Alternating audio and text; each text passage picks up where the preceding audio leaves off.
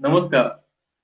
माणूलोक समाजकार्य महाविद्यालय अंबाजोगाई माणूलोक परिवाराचं एक असं अंग की ज्याच्या माध्यमातून विद्यार्थी घडवले जातात. बाबूजी ज्यांनी माणूलोक ही संस्था ज्यांनी स्थापन केली, त्या पाठीमागं त्यांचा उद्देश असा होता, या कॉलेजच्या स्थापनेपाठीमागं, की मराठवाड्यातले हे जे काही प्रश्न आहेत, दुष्काळी परिस्थिती, शेतकऱ्यांच्या समस्या, या सर्व प्रश्नांना उत्तरे देण्यासाठी या भागामध्ये विद्यार्थी तयार झाले पाहिजेत. प्रश्न सोडवणारी माणसं तयार झाली पाहिजेत आणि मग त्या उद्देशातून या महाविद्यालयाची स्थापना करण्यात आली, की जे सामाजिक प्रश्नावरती वैज्ञानिक दृष्टिकोनातून विचार करतील आणि त्याची उत्तरे शोधण्याचा प्रयत्न करतील. मानवलोक संस्थेबद्दल आपल्याला माहिती आहे, की ही संस्था 1982 ला स्थापन झाली आणि तेव्हापासून संस्थेचं एक ब्रीदवाक्यच राहिलेलं आहे, लोकांमध्ये जा, लोकांमध्ये राहा, त्यांच्याकडून शिका आणि त्यांच्याकडे असलेल्या उपलब्ध साधनसामुग्रीचा उपयोग करून त्यांना त्यांच्या पायावरती उभे करण्याचा, सक्षम करण्याचा प्रयत्न करा. आणि या माध्यमातून शेतकरी असतील, मराठवाड्यातल्या अनेक जिल्ह्यामध्ये भूकंपग्रस्त शेतकरी, महिला, असंघटित कामगार, मोलकरीण संघटना या माध्यमातून संस्था सातत्यानं प्रयत्नशील राहिलेली आहे. मी आत्ताच बाबूजींचा उल्लेख केला, त्यांना समर्थ साथ भाभीनी दिली, शैला भाभी, की ज्यांनी एक घोषवाक्य दिलं, ते होतं की नारी के सहयोग बिना हर काम अधुरा है. आणि त्यामुळं समाजाचा हा 50% जो भाग आहे, नारी, महिला, त्यांच्या सक्षमीकरणासाठी, त्यांना त्यांच्यातील आत्मविश्वास जागृत करण्यासाठी भाभीनी प्रयत्न केला आणि मनस्विनी या संस्थेच्या एक ऍक्टिव्ह ब्रँचची स्थापना त्या ठिकाणी करण्यात आली आणि त्या माध्यमातून महिलांचे प्रश्न सोडवण्यासाठी भाभीनी मोठ्या प्रमाणामध्ये प्रयत्न केले. अशी ही सतत सामाजिक उपक्रमामध्ये अग्रेसर राहिलेली मानवलोक संस्था आज आपल्या या मानवलोक परिवाराच्या माध्यमातून ही एक व्याख्यानमाला या ठिकाणी सुरू करण्यात आलेली आहे. या संस्थेची स्थापना केलेले सामाजिक कार्यकर्ते, मोठे विचारवंत, सुधारणावादी भूमिकेतून सतत कार्यशील राहिलेले बाबूजी यांना आपल्यातून जाऊन 23 नोव्हेंबरला 2 वर्ष पूर्ण होत आहेत. आणि त्या निमित्तानं एक व्याख्यानमाला या ठिकाणी आयोजित करण्याचा मानस अनिकेत भैयांनी व्यक्त केला आणि त्यांच्या मार्गदर्शनानुसार ही एक व्याख्यानमाला बाबूजींच्या स्मृतिदिनानिमित्त सुरू करण्यात आलेली आहे. या व्याख्यानमालेमध्ये पहिलं पुष्प हे हेरंब कुलकर्णी यांच्या व्याख्यानाच्या माध्यमातून गुंफण्यात आलं आणि हेरंब कुलकर्णी यांनी विद्यार्थ्यांसमोरील समस्या काय आहेत, कोरोनाच्या परिस्थितीमध्ये विद्यार्थी कशा पद्धतीनं शिक्षणाच्या माध्यमातून स्वतःची प्रगती साधू शकतात, पालकांनी काय केलं पाहिजे आणि एकूणच सोशल इंटरव्हेन्शन कशा पद्धतीनं होणं आवश्यक आहे, याबद्दल त्यांनी सविस्तर असं छानसं मार्गदर्शन केलं. दुसरं पुष्प हे डॉक्टर अभय शुक्ला यांच्या माध्यमातून गुंफण्यात आलं आणि डॉक्टर अभय शुक्ला यांनी कोरोना परिस्थितीमध्ये युवकांसमोरील आव्हाने काय आहेत, आरोग्य क्षेत्रामध्ये ज्या समस्या निर्माण झालेल्या आहेत त्याला सामोरं कसं गेलं पाहिजे याच्या संदर्भामध्ये मार्गदर्शन केलं.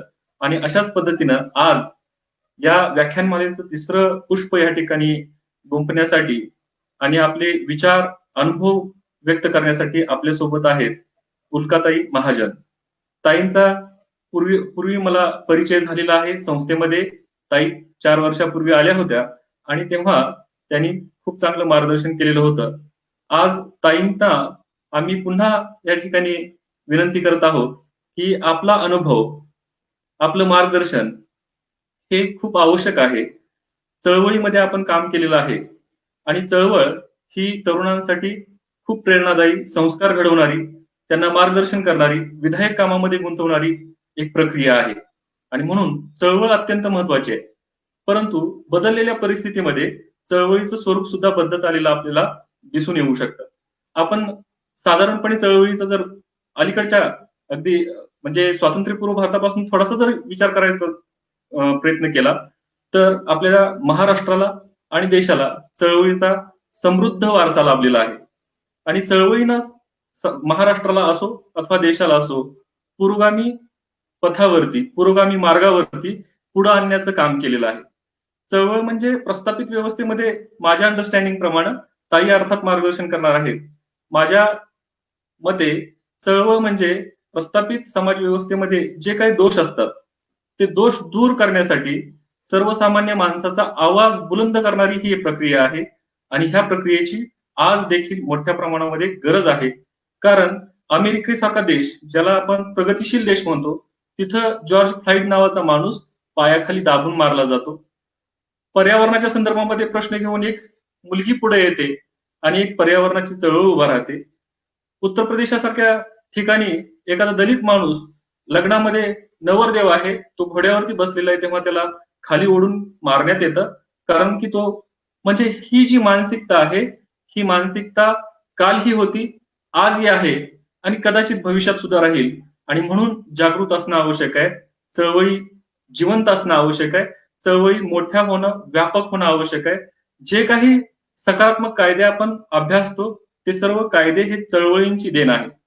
आणि म्हणून सर्वसामान्य माणसाच्या मानवी हक्काचं रक्षण करण्यासाठी, सर्वसामान्य माणसाला सक्षमपणे उभा करण्यासाठी, त्याच्यातला आत्मविश्वास जागृत करण्यासाठी, कारण हळूहळू माणूस हा पेसिमिस्टिक बनत चाललेला आहे, व्यक्तिवादी बनत चाललेला आहे आणि ह्या सर्व परिस्थितीमध्ये चळवळच हा मनावरचा उदासीनपणा दूर झटकून नवा आशावाद निर्माण करू शकते. हा विश्वास निश्चितपणे माणरूप समाजकार्य महाविद्यालयाला आहे आणि यातूनच आज आपण जो विषय घेतलेला आहे तो विषय आहे आजच्या काळातील सामाजिक चळवळींचे स्वरूप आणि दिशा. मी ताईंच्या बद्दल 1-2 मिनिटं ताईंचा परिचय अर्थात महाराष्ट्राला नव्हे संपूर्ण जगाला आहे. या माध्यमातून मी ताईंच्या विषयी फक्त 2 शब्द सांगू इच्छेन की ताईंनी समाजकार्याची पदवी घेतल्यानंतर या क्षेत्रामध्ये मोठ्या प्रमाणामध्ये योगदान देण्यास सुरुवात केली आणि विशेषतः आदिवासींच्या प्रश्नांच्या संदर्भामध्ये ताईंचं भरीव असं काम आहे. आदिवासी जे की अशिक्षित आहेत, म्हणजे अशिक्षित म्हणजे ते शिक्षितच आहेत परंतु शाळेमध्ये गेलेले नाहीत, त्यांच्याकडे कोणती डिग्री नाही, अशिक्षित आहेत, त्यांचा मालकी हक्क त्यांच्याकडे 7-12 नाही, खाते उतारा नाही, मालकी हक्क नाही. वर्षानुवर्षे ते जंगलावरती त्यांची उपजीविका चालवत आलेले आहेत. निसर्गाचे हे पुत्र आहेत, पुत्री आहेत आणि त्यांना मात्र नंतरच्या कालखंडामध्ये हकलून देण्याची प्रक्रिया सुरू झाली. आणि ह्या प्रक्रियेतून आदिवासींच्या मानवी हक्काचं संरक्षण करण्यासाठी जी चळवळ रायगड परिसरामध्ये उभारण्यात आली ती ताईंच्या माध्यमातून ती चळवळ निर्माण झाली आणि त्या चळवळीनं भरीव असं यशही संपादन केलेलं आहे. हजारो लाखो कुटुंब जे आहेत की लाखो कुटुंब जोडण्याचं काम, त्यांच्यामध्ये आत्मविश्वास निर्माण करण्याचं काम, त्यांच्या उपजीविकेसंदर्भातील काम या चळवळीच्या माध्यमातून करण्यात आलेलं आहे. ताईंचं काम खूप मोठं आहे. ताईंना अनेक पुरस्कार मिळालेले आहेत, आंतरराष्ट्रीय पुरस्कार मिळालेले आहेत, पुरस्कारांची खूप मोठी यादी आहे. परंतु मी इतकंच म्हणेन की ताई तुमचं काम जे आहे ते अत्यंत अत्यंत चांगलं काम आहे आणि त्याकडं ती मेणबत्तीपासून दुसरी मेणबत्ती पेटवली जावी. ताईंच्या सारख्या हजारो ताईंचे हजारो भाऊ असे तयार व्हावेत की ज्या माध्यमातून ही चळवळ पुढे गेली पाहिजे आणि या देशाला प्रकाशमान केलं पाहिजे. कारण सातत्यानं हे आपण अंधारातून बाहेर येण्याचा प्रयत्न करतो परंतु काही ना काही अडथळे, काही ना काही अडचणी येत राहतात. आता तरी कोरोनाची परिस्थिती आहे. अशा परिस्थितीमध्ये लोकांशी संपर्क साधणं, त्यांना जोडणं, त्यांच्या न्याय हक्काचा लढा उभारणं या गोष्टी अत्यंत महत्वपूर्ण आहेत. ताई मी आपल्याला विनंती करेन की आजचा आपला विषय आहे, आजची सामाजिक चळवळ स्वरूप आणि दिशा या विषयावरती आम्हा सर्वांना आपण मार्गदर्शन करावं आणि या पुढील सत्राची सूत्रे जी आहेत ती मी ताई आपल्याकडे सोपवत आहे. धन्यवाद सर. या पुढच्या एक साधारण 35 ते 40 मिनिटात मी काही मांडणी करणार आहे आणि सामाजिक चळवळी हा जो माझा विषय आहे त्याच्यामध्ये आज ऐकणारे विद्यार्थी असतील, प्राध्यापक असतील, कार्यकर्ते असतील, अन्य नागरिक देखील असतील, त्यांना चळवळ या शब्दाचा या संकल्पनेचा अर्थ काय वगैरे तुम्ही पुस्तकांमधून शोधू शकता. मी जे आज मांडणार आहे ते माझ्या अनुभवातून काही मांडणार आहे. आणि आत्ताची परिस्थिती विशेषतः जी आहे आपल्या देशामध्ये आणि जगभर, त्या पार्श्वभूमीवर आजचे प्रश्न कसे बघितले पाहिजेत याबद्दल जे काही माझं मी त्याच्यावर विचार केलाय, ते त्याची मांडणी मी या निमित्ताने करेन. तर माझ्या दृष्टीने चळवळ या म्हणजे ज्या प्रकारची मांडणी मी आता करणार आहे, चळवळी खूप प्रकारच्या असतात. पण आता जी ज्या चळवळीबद्दल मी मांडणी करणार आहे, त्यात मला अभिप्रेत असलेली चळवळ जी आहे, ती बदल घडवणारी आहे. आणि बदल म्हणजे नुसताच एकरेशीय जाणारा बदल नव्हे, तर प्रस्थापित व्यवस्थेला आव्हान देणारा बदल. त्याच्यामध्ये ज्या व्यवस्थेतून विषमता रुजवली जाते, ज्या व्यवस्थेतून शोषण घडवलं जातं, अशा शोषण करणाऱ्या व्यवस्थेला आव्हान देणारी पावलं जेव्हा एखाद्या संगतीने पुढे पुढे सतत टाकली जातात आणि त्याचा एक माहोल निर्माण केला जातो, त्याला मी चळवळ म्हणते. त्यामुळे त्याच्यात प्रस्थापितांना एका बाजूला आव्हान असतं, सत्तेला आव्हान असतं आणि ते आव्हान वेगवेगळ्या प्रकारच्या आंदोलक कृतींमधून दिलं जात असतं. आणि ती जन आंदोलनं असतात, ती फक्त रस्त्यावर उतरून केलेली आंदोलनच असतील असं नाही, तर त्याला पूरक अशा अनेक कृती त्याच सुमाराला चालू असतात, ज्या साहित्यातून असतील, ज्या नाट्यामधून असतील, ज्या सिनेमामधून असतील किंवा समाजामध्ये ज्या ज्या काही सांस्कृतिक घडामोडी चालत असतात, त्यातून ते पुढे नेण्याचा प्रयत्न आणि त्याचा एक माहोल घडवण्याचा प्रयत्न, जेणेकरून प्रस्थापित सत्ता संबंधांना आव्हान उभं राहील. असं जे काही काम या संपूर्ण परिघातलं आहे, त्याला मी म्हणेन की चळवळ. आणि ज्याच्यातून मानवी समाजाला, मानवी संस्कृतीला अधिक उन्नत दिशेने नेण्याचा प्रयत्न हा त्याच्यामध्ये अंतर्भूत असेल. अशा प्रकारची चळवळ मला अपेक्षित आहे. त्यामुळे त्याच्यात विद्रोह हा असावाच लागेल. आणि चळवळीचं आणखीन एक स्वरूप आम्ही नेहमी असं मांडतो की चळवळ याचा अर्थ बदलांच्या किंवा विद्रोहाच्या लढ्यांच्या आठवणी एका पिढीकडून दुसऱ्या पिढीकडे संक्रमित करणारा प्रवाह म्हणजे चळवळ. म्हणजे चळवळ फक्त एका पिढीपुरती मर्यादित राहत नाही, ती पुढे संक्रमित केली जाते. त्याच्या आठवणी पण आणि त्याच्यातून मिळणारं जे मूल्य आहे, त्याच्यातून मिळणारे जे धडे आहेत, त्यातून मिळणारे जे अनुभव आहेत, तेही एका पिढीतून दुसऱ्या पिढीत संक्रमित होते. त्यामुळे चळवळ हा काही एक प्रोजेक्ट असू शकत नाही, 4 वर्षांचा, 5 वर्षांच्या, 10 वर्षाच्या कालावधीचा. ती एक सतत चालणारी कृती आहे. मी नदीचं उदाहरण त्यासाठी घेईन, की जशी एखादी नदी निसर्गात वाहत असते आणि वाटेत येणाऱ्या अनेक अडथळ्यांवर मात करत ती मार्ग काढत जाते आणि मग एका विशाल समुद्रामध्ये ती जाऊन पोचते.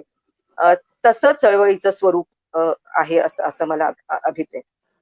आणि नवा समाज उभारणं हा त्याच्यामध्ये निश्चितच त्याच्यात अपेक्षित असणारं असं ध्येय आहे आणि तो एक सलग प्रवाही आकृतीबंध आहे. अन्याय निवारण हे त्याच्यातलं पाऊल असेल, पण निव्वळ अन्याय निवारण म्हणजे चळवळ असं मी म्हणणार. कारण अन्याय निवारणाचे अनेक प्रयत्न जो लोक जागोजागी करत असतात. आता करोनामध्ये नेऊन कोणीतरी वाटलेली मदत ही त्यावेळचा काही अन्याय किंवा त्यावेळची एक उणीव भरून काढणारं पाऊल असतं. पण त्यातून चळवळ उभी राहते का?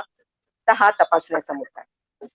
म्हणजे दृष्टिकोन जर चळवळ उभारण्याचा नसेल, तर प्रत्येक अन्याय निवारण हे चळवळीच्या दिशेने पडलेलं पाऊल ठरू शकत नाही. व्यवस्थेविरुद्धचा जो विद्रोह आहे, तो त्या अन्याय निवारणामधून जर उभा राहिला किंवा व्यवस्थेला ललकारणारे प्रश्न उभी करण्याची ताकद अन्यायाशी सामना करणाऱ्या समाजामध्ये उभी राहिली आणि संघर्षरत अशा समूहांची जर उभारणी झाली, तर ते चळवळीचा एक टप्पा पुढे गेला किंवा चळवळीची च्या प्रक्रियेमध्ये ते काम आलं असं आपल्याला म्हणता येईल. त्यामुळे त्याच्यात व्यवस्था परिवर्तन हे देखील अभिप्रेत आहे, अपेक्षित आहे. आणि या प्रकारच्या विविध चळवळींची महाराष्ट्राला परंपरा आहे, सांस्कृतिक चळवळींची आहे, विद्रोहाची आहे. अनेक विचारपीठ महाराष्ट्रामध्ये गेली कित्येक वर्ष चालवली जात आहेत. आत्ताच्या आधुनिक काळात देखील चालवली जात आहेत, जागतिकीकरणानंतर चालवली जात आहेत. आणि त्यामुळे एक भूमी तयार होतीये, ज्या भूमीमधून कार्यकर्ते, विचारवंत, साहित्यिक, अभ्यासक तयार होतात आणि त्यांची मांडणी आणि प्रत्यक्ष काम हे दोन्ही हातात हात घालून पुढे जावं अशा प्रकारची पूरक परिस्थिती महाराष्ट्रामध्ये अनेक टप्प्यांवर वेळोवेळी तयार झालीये, आजही होते. जागतिकीकरणानंतर त्याच्यात खूप मोठा बदल झालाय. म्हणजे 90च्या अलीकडच्या चळवळी आणि 90च्या नंतरच्या चळवळी हा एक मोठा फरक करणारा टप्पा आहे. कारण जागतिकीकरणाने सगळे संदर्भ सामाजिक, सांस्कृतिक, राजकीय, आर्थिक हे सगळे बदलले. अ, अ, माझं व्यक्तिशः जे काम सुरू झालं ते 1990 मध्ये सुरू झालं. आणि त्यामुळे तो नेमका टप्पा होता की जेव्हा जागतिकीकरणाचं वारं वाहू लागलं होतं आणि एक निर्णायक टप्पा हा त्या दशकामध्ये सुरू झालेला आहे. आणि ज्यामुळे ज्याला आपण नव उदार आर्थिक धोरण म्हणतो, त्याच्यात उदार खरं म्हणजे काहीच नाहीये. पण ते ते ते आर्थिक धोरण, साम्राज्यवादी आर्थिक धोरण, वित्तीय भांडवलाची मक्तेदारी आणणारं धोरण असं जे अ, देशातच नाही जगभर आलं, त्याचे खूप पडसाद उमटले, त्याचे महत्वाचे बदल समाजावर झाले. त्याचे तपशील आपण नंतर बघू. पण त्यामुळे स्थलांतर खूप मोठ्या प्रमाणात वाढलंय विविध समूहांचं. जगण्यासाठीचं स्थलांतर, अधिक चांगल्या संधींच्या शोधात होणारं स्थलांतर. अ, त्यामध्ये अनेक आर्थिक व्यवस्था आणि वेगवेगळ्या संस्था या पूर्ण हे जे संक्रमण झालं त्या संक्रमणामध्ये त्यांची पडझड खूप झालीये, विखुरले गेलेले आहेत. आणि त्यामुळे त्याचा संदर्भ आत्ताच्या काळातल्या सामाजिक चळवळींना खूप प्रकर्षाने त्याचा एक आढावा घेतला पाहिजे. आणि त्यामुळे आजचं व्यवस्थेचं भान आणि समज जागवताना नवी उभारणी करणं आणि नवा पाया रचणं हे खूप आवश्यक आहे. महाराष्ट्रात आणि आपल्या देशात चळवळींची आणि पुरोगामी चळवळींची जी काही विचारधारा आहे किंवा जी जे वैचारिक आपली शिदोरी आहे, ती शिदोरी वेगवेगळ्या विचार प्रवाहांमधून येते. आणि त्याच्यामध्ये अर्थात मार्क्सवादी विचार प्रवाह आहे, फुले आंबेडकरवादी आहेत, गांधी आणि विनोबावादी आहेत, लोहियावादी आहेत. आणि त्याबरोबरच पर्यावरण आणि स्त्रीवादी विचार हा देखील अलीकडच्या काळामध्ये प्रकर्षाने पुढे आलेला आहे. माफुआ म्हणजे मार्क्सवादी फुले आंबेडकरवादी अशी सांगड घालणारा विचार प्रवाह महाराष्ट्रातून आला आणि तो पुढे गेलेला आहे. तेव्हा या सर्व विचारधारांची एक पार्श्वभूमी सामाजिक चळवळींना, राजकीय चळवळींना आणि लढ्यांना निश्चितच आहे. पण गेल्या काही दशकांमध्ये एक थोडी खेदाची परिस्थिती अशी आहे की आपल्याकडे वेगवेगळ्या किल्ल्यांमध्ये हे विचार बंदिस्त झाले. म्हणजे फुले आंबेडकरवादी एक प्रवाह आहे, मार्क्सवादी वेगळा प्रवाह आहे, गांधीवादी वेगळा प्रवाह आणि लोहियावादी प्रवाह. त्याच्यामध्ये काही प्रमाणात विचारांची देवाणघेवाण आहे, पण बऱ्याच प्रमाणात हे किल्ले तयार झाले. आणि त्यामुळे पुरोगामी प्रवाह हा या वेगवेगळ्या विचारधारांमध्ये वाटला गेला. काही काळापर्यंत त्यांची देवाणघेवाण चालू राहिली. महाराष्ट्रात अनेक असे मंच चालवले जातात ज्याच्यातून हे सगळे एका मंचावर येऊन मांडणी व्हावी, त्याची तपासणी व्हावी, जे काही अध्यारूत अशा मांडल्या गेलेल्या मांडण्या त्या तपासल्या जाव्या. त्याचा निश्चितच विद्यार्थ्यांनी, कार्यकर्त्यांनी म्हणजे त्यामध्ये सहभागी व्हायला पाहिजे आणि आपली समज वाढवत गेली पाहिजे. आणि तो प्रयत्न मी आणि आमच्या सगळी जी काही आम्ही टीम आहोत संघटनेमध्ये, आम्ही हे सातत्याने करत असतो की ज्याच्यामुळे आंदोलनांना नवी हत्यारं, वैचारिक हत्यारं सुद्धा आणि प्रत्यक्षात लढ्याचे मार्ग हे सापडू शकतात. आणि आपण नुसती नावं बघितली महाराष्ट्रामधली तर म्हणजे नावं घ्यायला कोणी चुकून राहिलं तर मला त्याची खंत राहील, त्यामुळे मी नावं घेत नाहीत. पण आदिवासी क्षेत्रात दलित आदिवासी, बहुजन समाज, स्त्रियांमधल्या चळवळी, वैचारिक चळवळी याची एक मोठी परंपरा आपल्याला आहे. त्याला आव्हान म्हणून हिंदुत्वाच्या परिघातल्या सुद्धा आणि जातीय अस्मितावादी राहिलेली आंदोलनं, जे स्वतःला चळवळ म्हणवतात, अशी देखील उभी राहिली. पण आजच्या मांडणीत मी त्याचा विचार घेणार नाही किंवा ज्या रिॲक्शनरी प्रतिक्रियात्मक चळवळी उभ्या राहतात त्याचाही विचार आत्ताच्या काळापुरता घेणार. आपलं जे काही काम आहे ते काम त्याला एक व्यापक परिघ हवा, विस्तार हवा. जरी आपण एका खेडेगावामधल्या एखाद्या प्रश्नाचा विचार करत असलो तरी तो प्रश्न सुटा नसतो. तो प्रश्न व्यक्तिगत स्वरूपात आपल्या समोर येतो, पण त्याच्या मागे एक मोठी व्यवस्था उभी असते याचं भान ठेवणं म्हणजे चळवळीच्या परीघात शिरणं असं मी मानते. मी उदाहरण देईन की जेव्हा आम्ही रायगड जिल्ह्यामध्ये कामाला सुरुवात केली आणि असं ठरवलं की या ठिकाणच्या समाजामध्ये सर्वात ज्याचं शोषण केलं गेलेलं आहे अशा समाज घटकापासून आपण सुरुवात केली पाहिजे. अनेकांचं असं असतं की आधी आपण वरच्या घटकाला संघटित करू आणि मग त्याचे फायदे किंवा त्यातून येणारं जे काही संचित आहे ते खालपर्यंत पोहोचेल. पण ज्या काही पुरोगामी चळवळी आहेत त्या नेहमीच असं मानत आलेल्या आहेत की सर्वात समाजातला उपेक्षित घटक जो आहे त्यांना आधी संघटित केलं पाहिजे. त्यांचा संघटित आवाज आणि विशेषतः आजच्या लोकशाही व्यवस्थेमध्ये अन्याय दूर करण्याच्या ज्या ज्या काही स्पेसेस जे अवकाश उपलब्ध आहेत ते वापरून घेत चळवळ त्याच्यामधून पुढे गेली पाहिजे. तर ते करण्याच्या दिशेने म्हणजे तेव्हा विद्यार्थी दशेमधून बाहेर पडल्या जेव्हा रायगड जिल्ह्यात कामाला सुरुवात केली तेव्हा आम्ही असं ठरवलं की कातकरी आदिवासी रायगड जिल्ह्यात ठाकर आदिवासी आहेत, महादेव कोळी आहेत आणि कातकरी आदिवासी पण आहेत. पण या तीन मध्ये कातकरी हे सर्वात शोषित आहेत आणि ज्यांना आदिम जमात म्हणतात. महाराष्ट्रात 3च आदिम जमाती आहेत. आदिवासींमध्ये देखील अधिक उपेक्षित राहिलेले.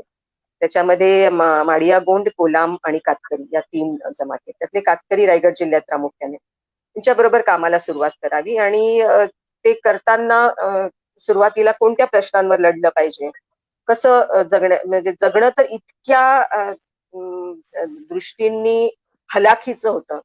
म्हणजे आम्ही छोट्या छोट्या गोष्टी जे निरखत असायचो की काय आदिवासी समाजाचं पुढचं स्वप्न काय आहे, त्यांची स्वप्न आपल्याला समजून घेता येतील का, ती स्वप्न समजली तर एक पुढचं पाऊल टाकता येईल. कारण मोठ्या प्रमाणात मजुरी करणारे हे समूह आहेत, शेतमजुरी करतात. हा सगळ्या कोकणाचा पट्टा असल्यामुळे फक्त एक पीक आहे, भातशेती संपली की त्यांना स्थलांतरित व्हावं लागतं जगण्याच्या शोधात अन्य भागांमध्ये आणि मग कात पाडायला कोळसा भट्ट्यांवर, वीट भट्ट्यांवर असे ते स्थलांतरित होत राहतात. त्यामुळे वर्षाचे 5 ते 6 महिने फक्त आपल्या मूळ ठिकाणी आणि उर्वरित भागावेळी ते स्थलांतरित होतात. आणि त्या स्थलांतरामुळे आणि बाहेर त्यांचं जे अतिशय तीव्र स्वरूपाचं शोषण होतं त्यामुळे एक प्रकारचा आत्मविश्वास पिढ्यानपिढ्यांचा मारला गेला, आत्मसन्मान हिरावला गेलेला. आणि त्यामुळे संघटनेचं नाव आम्ही ठरवलं की सर्व हारा जन आंदोलन, ज्यांच्याकडून सगळं काही हिरावून घेण्यात आलं आहे, आत्मसन्मान देखील हिरावला गेला आहे, अशा समाजाचं हे संघटन. आणि त्यामध्ये पाऊल टाकताना पहिला मजुरीचा प्रश्न आम्ही ठरवलं की त्याच्यावर संघटित करायला पाहिजे.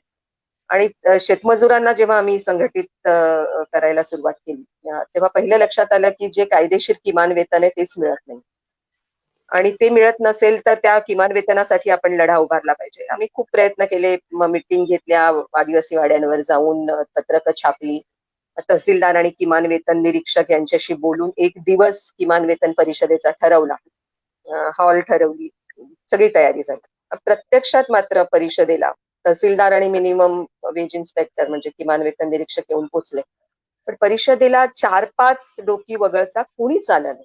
आणि आम्ही इतकी मोठ्या प्रमाणात तयारी केली होती, पण हा प्रश्न तीव्र होता, जगण्याशी जोडलेला होता, रोजच्या पोटाचा संबंध होता. आम्ही खूप निराश झालो की या परिषदेला का लोक आले नाही. आमच्या बरोबर जे आमचे ज्येष्ठ मार्गदर्शक जोडलेले आहेत त्यांनी आम्हाला सांगितलं की तुम्ही कारण शोधा की लोक का आलेले, कारण या लोकांनी न येऊन तुम्हाला काहीतरी सांगितलंय आणि ते जे सांगितलंय ते जर तुम्ही शोधू शकलात तर तुम्हाला पुढची वाट सापडेल. आणि ते सांगणं हे शब्दातच असेल असं नाही, ते त्यांच्या जगण्यात असेल, ते त्यांच्या अवतीभोवतीच्या परिस्थितीत असेल. ते जितकं तुम्ही जाणून घ्याल तितकं तुमचं पाऊल ही योग्य दिशेने पुढे. आणि तो सल्ला खूपच मोलाचा ठरला. आणि आम्ही जेव्हा हे शोधलं तेव्हा प्रत्यक्ष बोलताना लोकांनी काय फुटकळ कारण सांगितली की आम्ही विसरलोच, कोणी सांगितलं मी फाट्यांना निघून गेलो, रानात गेलो वगैरे.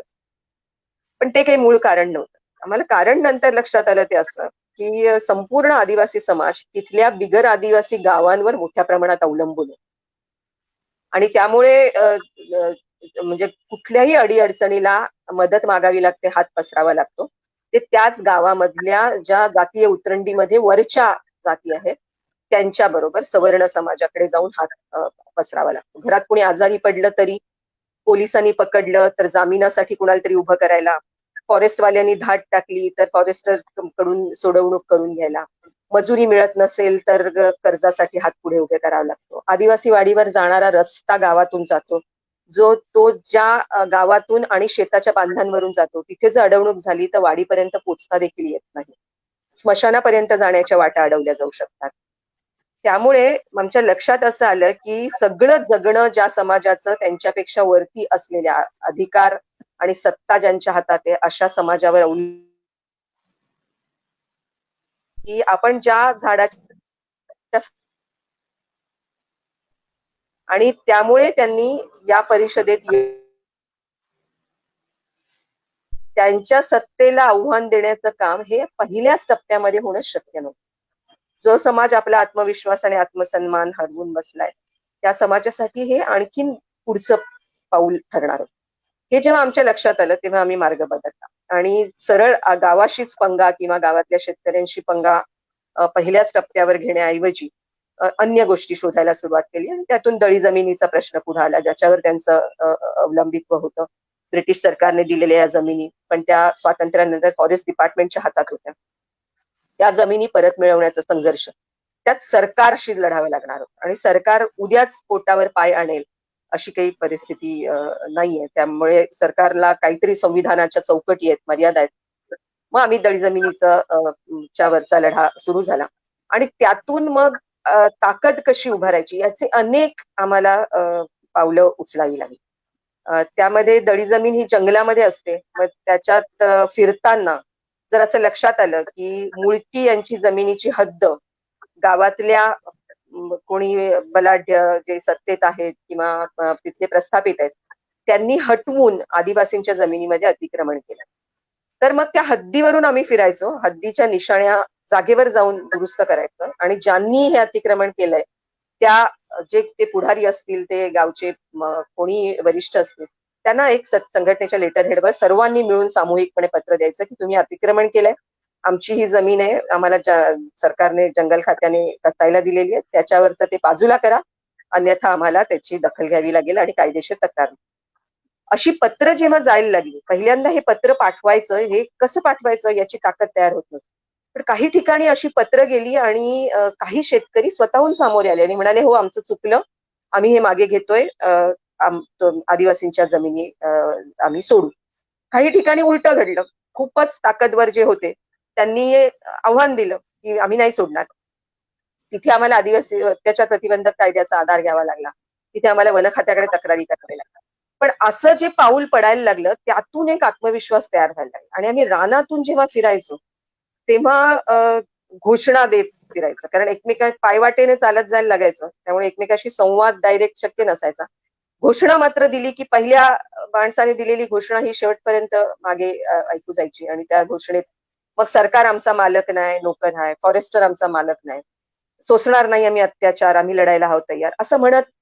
आणि ती म्हणजे जंगल, ती रान हीच आमची प्रयोगशाळा ठरली, जिथे आपली ताकद अजमावायची आहे. जिथे मी हे उदाहरण एवढ्यासाठी देतेय की दळी जमिनीचा प्रश्न फक्त जमीन नावावर करणं एवढ्यापुरताच मर्यादित नव्हता, पण त्यापुढे त्याच्याशी जोडलेली जी सत्ता व्यवस्था आहे त्याचं स्वरूप स्पष्ट करणं आणि त्याचं भान या समाजामध्ये जागवणं हे पण आवश्यक आहे. त्यामुळे मी नेहमी असं म्हणते की आपल्या शोषणामागची जी व्यवस्था आहे ती व्यवस्था कशी उमगायची आणि समजून घ्यायची याचं भान लढ्यातून आलं पाहिजे, फक्त अन्याय निवारण होऊन उपयोगाचं. आणि ते भान आम्ही या छोट्या छोट्या पावलांमधून जागवत गेलो. अनेक मोर्चे, अनेक आंदोलनं झाली, एका छोट्या भागात सुरू झालेली संघटना रायगड जिल्ह्याच्या अनेक तालुक्यांमध्ये जाऊन पोहोचली. त्यानंतर कोकणातल्या अनेक संघटनांनी आम्ही हात जुळवले आणि जंगलाच्या लढ्यावर मोठी आंदोलनं केली. महाराष्ट्राच्या पातळीवर अनेक संघटना एकत्र आल्या आणि आघाडी तयार झाली, तशीच देशाच्या पातळीवर तयार झाली आणि मग त्याला एक मोठा आकार येत गेला. आणि या सगळ्या सामूहिक एकत्रित प्रयत्नांमधून 2006 सालचा वन हक्क कायदा आला. ही जी एका गावातून गावातून फक्त नाही, आपण खेड्यापाड्यातून असं मराठीत म्हणतो, हे खेड्यात पण नव्हते, खेड्याच्या बाहेरच्या पाड्यातली ही ताकद होती. पण त्या ताकदीच्या जोरावर एक निश्चित दिशा घेऊन जेव्हा आम्ही पुढे निघालो आणि ताकद आणि आपली व्यापकता वाढवत न्यायची, अशा अनेक संघटना एकत्र आल्यानंतर केंद्रीय पातळीवर एक वनहक्क कायदा होणं हा एक प्रचंड मोठा टप्पा होता, ज्याच्यासाठीची अनेक आंदोलनं करावी लागली, ज्यात आम्ही चालत गेलो, पावसात भिजत 30-40 किलोमीटर लांबीचे मोर्चे काढलेले आहेत. अनेक वेळा मुंबईत चालत यावं लागलेलं. पण या सगळ्यामधून जी ताकद तयार होते, पोलीस आपल्या बाजूने चालत असताना जेव्हा खाकी वर्दीला बघूनच पळून जाणारे आदिवासी जेव्हा ताठ मानेने म्हणतात की पोलीस तू आमचा मालक नाही, नोकर आहे, तेव्हा त्यातून जी ऊर्जा तयार होत असते, जी ताकद तयार होत असते, जो आत्मविश्वास तयार होत असतो, तो खूप महत्वाचा असतो. आणि त्याच्यातून एक भान मिळत असतं की ही आजच्या लोकशाही मधली व्यवस्था, यामध्ये लोक या देशाचे मालक आहेत. खुर्चीवर बसलेले आणि आज अधिकार पदांवर असणारे अधिकारी हे जनतेचे सेवक आहेत आणि लोकांचा अंकुश त्यांच्यावर असणं आवश्यक. आणि तो अशा अनेक पावलांमधून नंतर पुढे न्यावा लागला. तसंच दुसरं उदाहरण मी देईन, जो आम्ही पाण्यासाठी लढा लढवतो. कारण हा प्रश्न फक्त जेव्हा व्यवस्थेच्या विरुद्ध तुम्ही संघर्ष करत असता, तेव्हा केवळ एका समूहापुरती आपली लढाई सीमित राहून चालत नाही. त्याच्यामध्ये अनेक वेगवेगळ्या, फक्त आम्ही मग आधी म्हटलं तसं की सर्वात शोषित जे असतील त्यांना प्राधान्य, असं आम्ही ठरवलंच होतं. आणि त्या तिथून सुरुवात करून मग आम्ही अनेक घटकांशी जोडले गेलो. आता तर संघटनेमध्ये असणारी ताकद ही विविध आदिवासी समूह, दलित समूह, त्याशिवाय ज्याला आपण बहुजन समाज म्हणतो, त्यामध्ये अन्य ज्यांना म्हणजे महात्मा फुलेंनी वापरलेला शब्द आहे शूद्रातिशूद्र, त्यामध्ये येणाऱ्या ज्या काही सर्व अन्य जाती आहेत, ज्या ग्रामीण कारागीर आहेत, शेतकरी आहेत, ते देखील नंतर संघटनेमध्ये पुढच्या टप्प्यांमध्ये सहभागी होते. पण त्यामध्ये पाण्यासाठी झालेला लढा हा एक महत्वाचा टप्पा आमच्या आंदोलनामध्ये होता, ज्यामध्ये दलितांना पाणवठ्यावर अधिकार नव्हता आणि वेगवेगळे पाणवठे, जातीनिहाय पाणवठे वेगळे असायचे. पण जर बौद्धवाडीची विहीर आटली तर गावातल्या सवर्णांच्या विहिरीवर जायला परवानगी नाही. त्यासाठी एक मोठं आंदोलन उभं राहावं लागलं, त्याच्यातून सत्याग्रह करावे लागले. आणि आज या गावांमधल्या विहिरी मोकळ्या आहेत. आणि काही गावांमध्ये जिथे आम्हाला अत्याचार प्रतिबंधक कायद्याखाली गुन्हे दाखल करावे लागले, एक पद्धतशीर काही काळाचा कालखंड गेल्यानंतर जेव्हा आमचे लढे जमीन हक्कांसाठी सुद्धा होते, कुळांसाठी सुद्धा होते, जी कुळं सर्व जातीय आहेत, त्यांच्या हक्कांसाठी सुद्धा जेव्हा भांडायला लागलो, तेव्हा ही दलित विरुद्ध सवर्ण असं जे काही एक तणावाचं वातावरण ज्या गावांमध्ये होतं, ते निवळायला मदत झाली आणि सवर्णांमधले सुद्धा अनेक जण हळूहळू संघटनेचे सभासद व्हायला लागले. अर्थात त्याला एक मूल्याचा आधार असणं आवश्यक आहे. मग वेठबिगारच्या विरुद्ध लढे झाले आणि आम्ही एका बाजूला या सामाजिक विषमतेविरुद्ध लढत होतो, आर्थिक विषमतेविरुद्ध लढत होतो, नैसर्गिक संसाधनांवरच्या हक्काबाबत काही मूल्यगामी म्हणणं मांडत होतो आणि त्याचबरोबर निवडणुकांमध्ये हस्तक्षेप देखील करत. म्हणजे आपल्या अवतीभोवतीचं सत्तेचं ची रचना काय आहे आणि त्या निवडणुकांमध्ये आपला सहभाग कसा असणार, राजकीय पक्ष काय करतायत, प्रत्येक राजकीय पक्षाची धोरणं काय, म्हणजे प्रत्येक निवडणुकीच्या आधी आमची एक मोठी फेरी होते, गावनिहाय बैठकांची, तालुक्या स्तरावरची, त्यानंतर संपूर्ण संघटनेची मिळून. आणि त्याच्यात वेगवेगळ्या प्रकारचं विश्लेषण होतं की प्रत्येक राजकीय पक्षाचं धोरण काय, ते त्या धोरणानुसार वागतायत का, आणि देशाच्या पातळीवरचं राजकारण काय चाललंय आणि त्याच्याशी आपण स्थानिक राजकारणाची सांगड कशी घालायची, याचे अनेक उपक्रम राबवले जातात. आणि त्याच्यातून हे मी फक्त एका संघटनेचं उदाहरण सांगते, ते पुरेसं नाही. सामाजिक चळवळ ही त्याच्या पलीकडची गोष्ट आहे. पण चळवळ उभारणाऱ्या कार्यकर्त्यांना भान कशाचं असायला हवं, हे स्पष्ट होण्याकरता फक्त मी ही उदाहरणं देते. त्यामुळे व्यवस्थेकडचं आपलं लक्ष ढळता कामा नये. म्हणजे शरद जोशी असं म्हणत असत की शेतकऱ्यांचं आपल्या नांगरावर पण लक्ष हवं आणि एक दुसरा डोळा हा देशाच्या सत्तेवर हवा आणि आणखीन लक्ष आंतरराष्ट्रीय घडामोडींवर पण हवं. तसंच भान हे चळवळीमध्ये असण्याची आवश्यकता. आत्ताच्या टप्प्यावर समाजकारण आणि राजकारण ह्यात खूप मोठी फारकत झाली आहे आणि सामाजिक चळवळींना आजच्या मागे रेटणारी ही एक महत्वाची गोष्ट आहे असं मला वाटतं. ती ती फारकत होता कामा नये. ऐतिहासिकरित्या जर आपण आढावा घेतला महाराष्ट्रातल्या आणि देशातल्या चळवळींचा सुद्धा, तर समाजकारण आणि राजकारणाची सांगड होती. या जागतिकीकरणाच्या वातावरणात ती तीव्रपणे त्याची फारकत करण्यात आली आहे. आणि त्यामुळे आणि एक अशी मांडणी पुढे येते की राजकारण हे करता कामा नये सामाजिक क्षेत्रातल्या मंडळींनी, आणि राजकारण हे काहीतरी वाईट आहे आणि त्याच्यात उतरणं, आम्ही समाजकारण करू पण आम्ही राजकारण करणार. तर असं मांडणाऱ्या मंडळींना मला हे स्पष्ट सांगावंसं वाटतं की कोणतंही समाजकारण जर तुमच्या सामाजिक प्रश्नांवर, आर्थिक प्रश्नांवर चालू असेल तर त्या प्रत्येक प्रश्नाशी सत्ता संबंध जोडलेले असतात.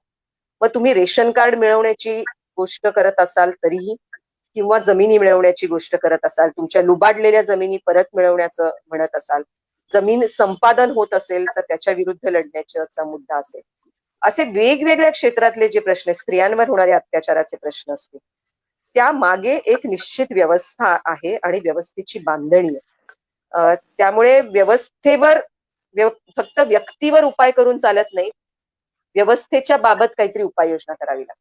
आणि जेव्हा तुम्ही व्यवस्थेबद्दल बोलताय तुम्हाला सत्ता संबंधांबद्दल बोलावं लागतं. आणि सत्ता संबंध आले की राजकारण आले. आणि त्यामुळे राजकारणापासून अलिप्त राहता येत नाही, आणि राजकारण म्हणजे फक्त निवडणुकीचा आखाडा असं म्हणणं पण बरोबर नाही. राजकारणाचा जो व्यापक परीघ आहे त्याच्यामधल्या निवडणुकांचा आखाडा हा महत्वाचा आहे, पण निव्वळ तो नव्हे.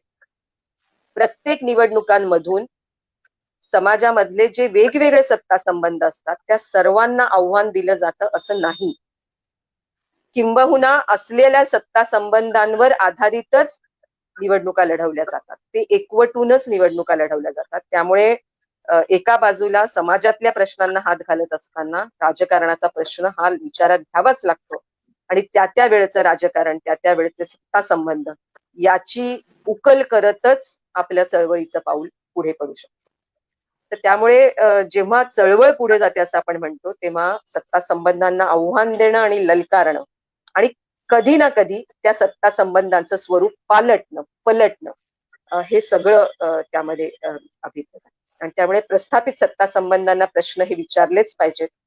आणि ते प्रश्न कशाच्या आधारे विचारले पाहिजेत, तर त्यांना आधार एक चिरंतन मूल्यांचा आहे, जी मूल्य आपल्याला अनेक वर्षांच्या मानवी संस्कृतीच्या वाटचालीतून मिळालेली आहेत. आत्ताच्या स्थितीत म्हणायचं झालं तर संविधानाने दिलेली मूल्य. म्हणजे आपण जर देशाच्या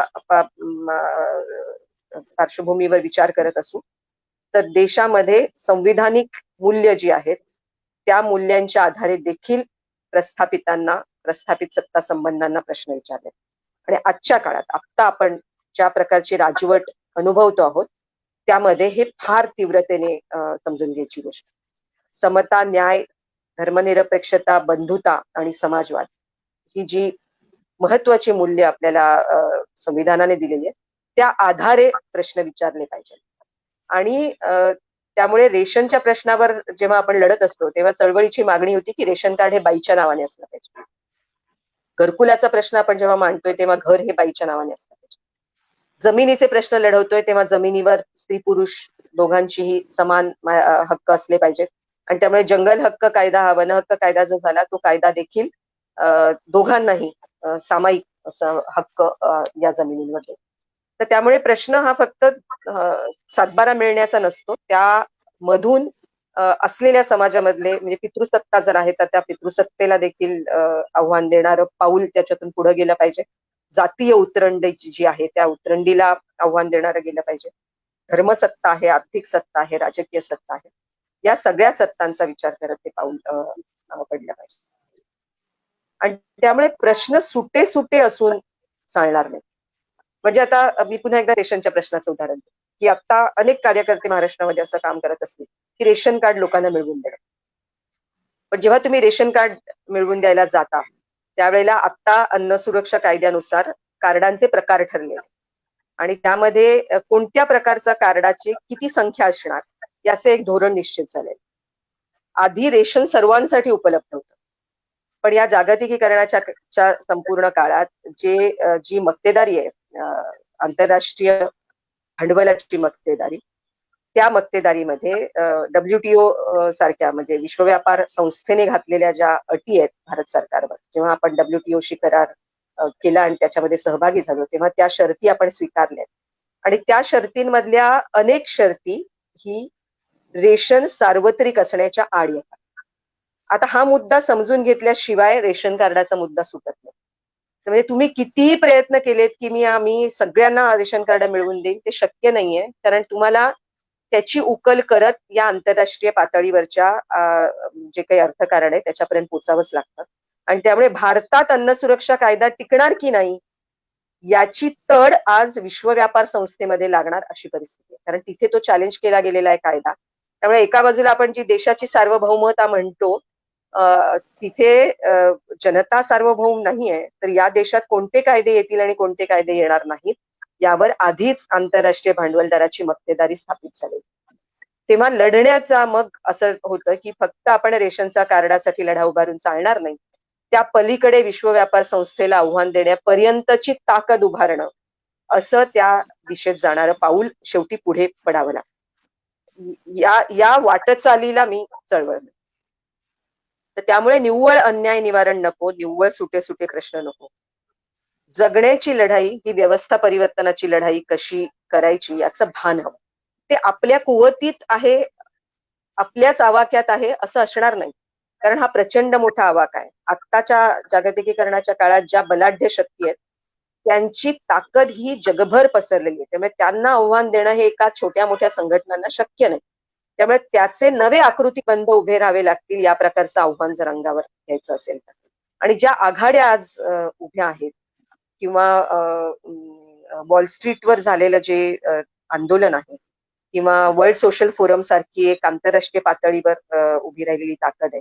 आज जॉर्ज फ्लॉइडच्या निमित्ताने जे जगभरात आवाज उठले आणि अशा प्रकारच्या वंशवादाविरुद्ध, जातीयवादाविरुद्ध, धर्मवादाविरुद्ध एक आवाज उठला, ते जे बांधलं जात आहे ते बांधलं जाणं आणि चळवळ व्यापक होणं हे अतिशय आवश्यक आहे. आणि ते भान हे या प्रक्रियेमध्ये असायला पाहिजे. त्यामुळे मी पुढच्या मुद्द्यावर येते की प्रश्न हे विचारांचे वाहक असले पाहिजे. नुसते सुट्टे प्रश्न सोडवून चालणार नाही. त्याच्यातून विचार कोणता आपल्याला पुढे न्यायचा आहे तो त्या प्रक्रियेशी बांधलेला असला पाहिजे. गरीब हे या व्यवस्थेचे बळी आहेत हे लक्षात ठेवायला पाहिजे. त्यामुळे उपाय गरिबांवर करून चालणार नाही किंवा गरीब हे आरोपी आहेत अशा प्रकारची एक पूर्ण धारणा आणि मांडणी विशेषतः सरकारी स्तरावर केली जाते की त्यांनी असं करायला हवं, त्यांनी तसं करायला हवं, त्यांनी अशी सुधारणा केली पाहिजे, त्यांनी दारू पिणं सोडलं पाहिजे. तर ते ज्या व्यवस्थेचे बळी आहेत त्या व्यवस्थेवर उपाय करण्याची गरज आहे.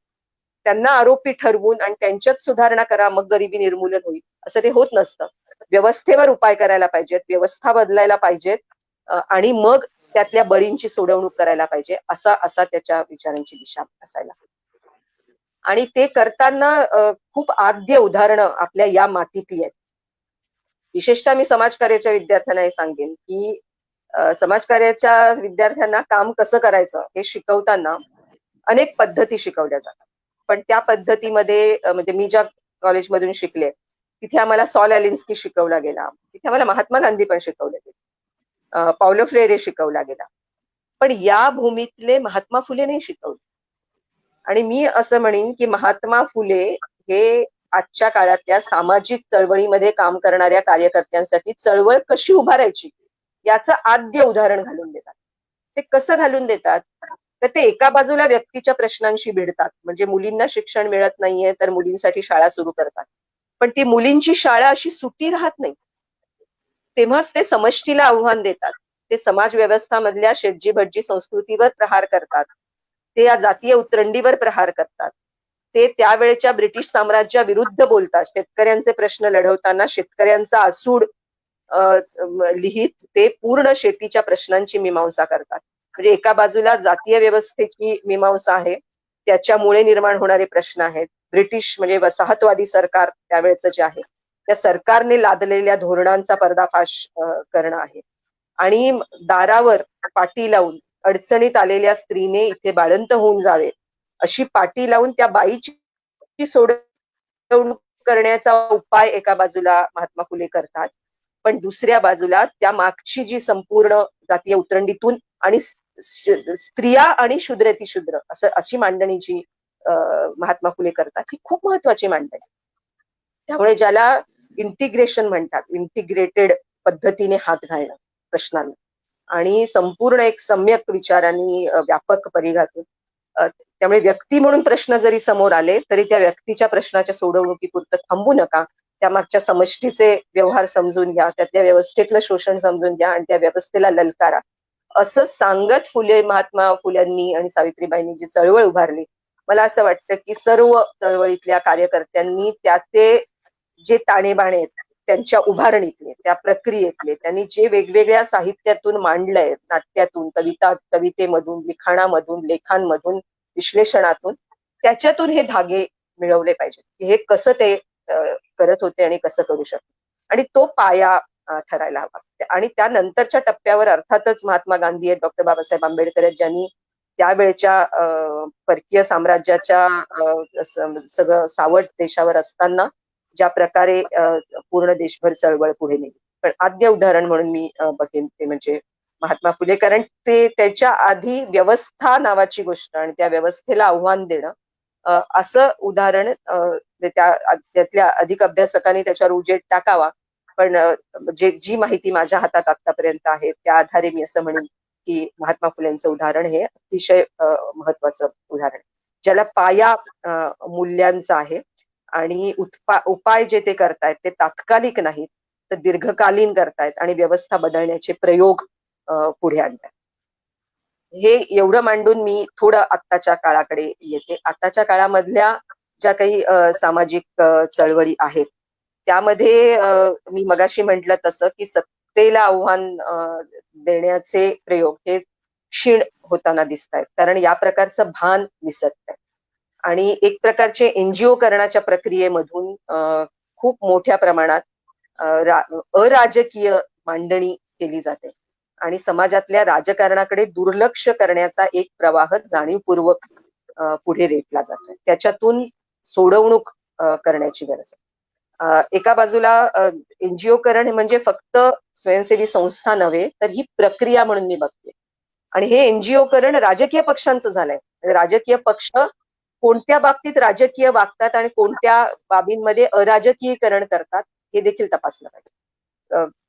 ट्रेड युनियन्स मोठ्या प्रमाणात त्याच्या अधीन गेलेल्या दिसत आहेत. जी जन आंदोलनं आहेत त्या जन आंदोलनांमध्ये सुद्धा व्यापक राजकीय अर्थाने सर्व जन आंदोलनं पुढे जात आहेत असं दिसत नाही. अनेक आंदोलनं ही प्रश्नांपुरती मर्यादित झालेली आहेत आणि त्या प्रश्नांवरचं विश्लेषण ते करत असतील, पण त्या पलीकडचं एक व्यापक समाजकारण आणि राजकारण त्याला भेटताना दिसत नाही. तर या सगळ्याची सांगड कशी घालायची याच्यातून आपण पुढे जाण्याची गरज आहे. आजच्या काळामध्ये समाजाचं म्हणजे व्यक्ती सुद्धा म्हणजे सर्व संस्थांची जी पडझड झाली आहे, कुटुंबापासून ते देशाच्या संसदेपर्यंत, त्यामध्ये खूप मूल्यांची मोडतोड झाली आहे आणि एका बाजूला समाज जीवनाची गती खूप वाढलेली आहे. आणि जिथे म्हणजे आपण निसर्गात सुद्धा बघतो की जिथे नदी खूप वेगाने वाहते तिथे ती धूप करत जाते, जमिनीची, मातीची, डोंगरांची देखील. आणि तसंच समाज जीवनात आहे.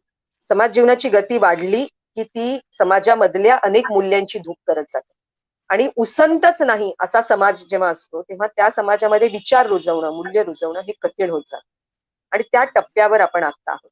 आणि त्यामुळे एक व्यक्ती किंवा एक समाज घटक हा सुटा राहिलेला नाही, त्याचे अनेक चेहरे आहेत. म्हणजे उदाहरणार्थ शेतकरी असेल तर तो शेतकरी म्हणून जेव्हा असतो तेव्हा आपले प्रश्न कसे पाहतो, ग्राहक म्हणून कसे पाहतो, मतदार म्हणून कसं पाहतो, या देशाचे नागरिक म्हणून कसं पाहतो, एखाद्या राजकीय पक्षाचा सभासद म्हणून कसं पाहतो, याच्यामध्ये सुसंगती आहे का?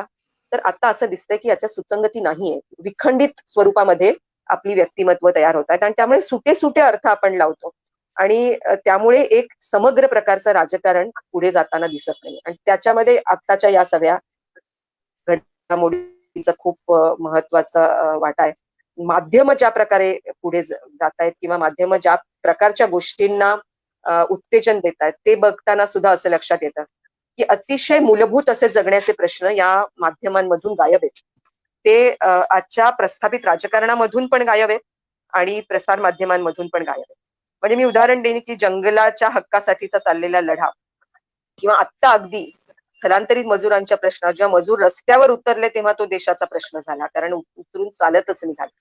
पण तोपर्यंत इतक्या प्रचंड मोठ्या प्रमाणात असंघटित आणि स्थलांतरित मजूर आहेत आणि त्यांचे प्रश्न लॉकडाऊन मध्ये अतिशय बिकट होऊ शकतात याचं भानच सरकारलाही नव्हतं आणि इथल्या सत्ताधारी वर्गाला देखील नव्हतं. जेव्हा हा मजूर वर्ग रस्त्यावर उतरला आणि चालायला लागला आणि त्याच्यामध्ये बऱ्याच लोकांना असहाय्यता दिसली असेल, पण मला असं वाटतं की त्यांनी म्हणजे त्यांची ती कृती ही एका प्रकारची विद्रोही कृती होती, की तुम्ही आम्हाला लॉकडाऊन मध्ये फार काळ ठेवू शकत नाही.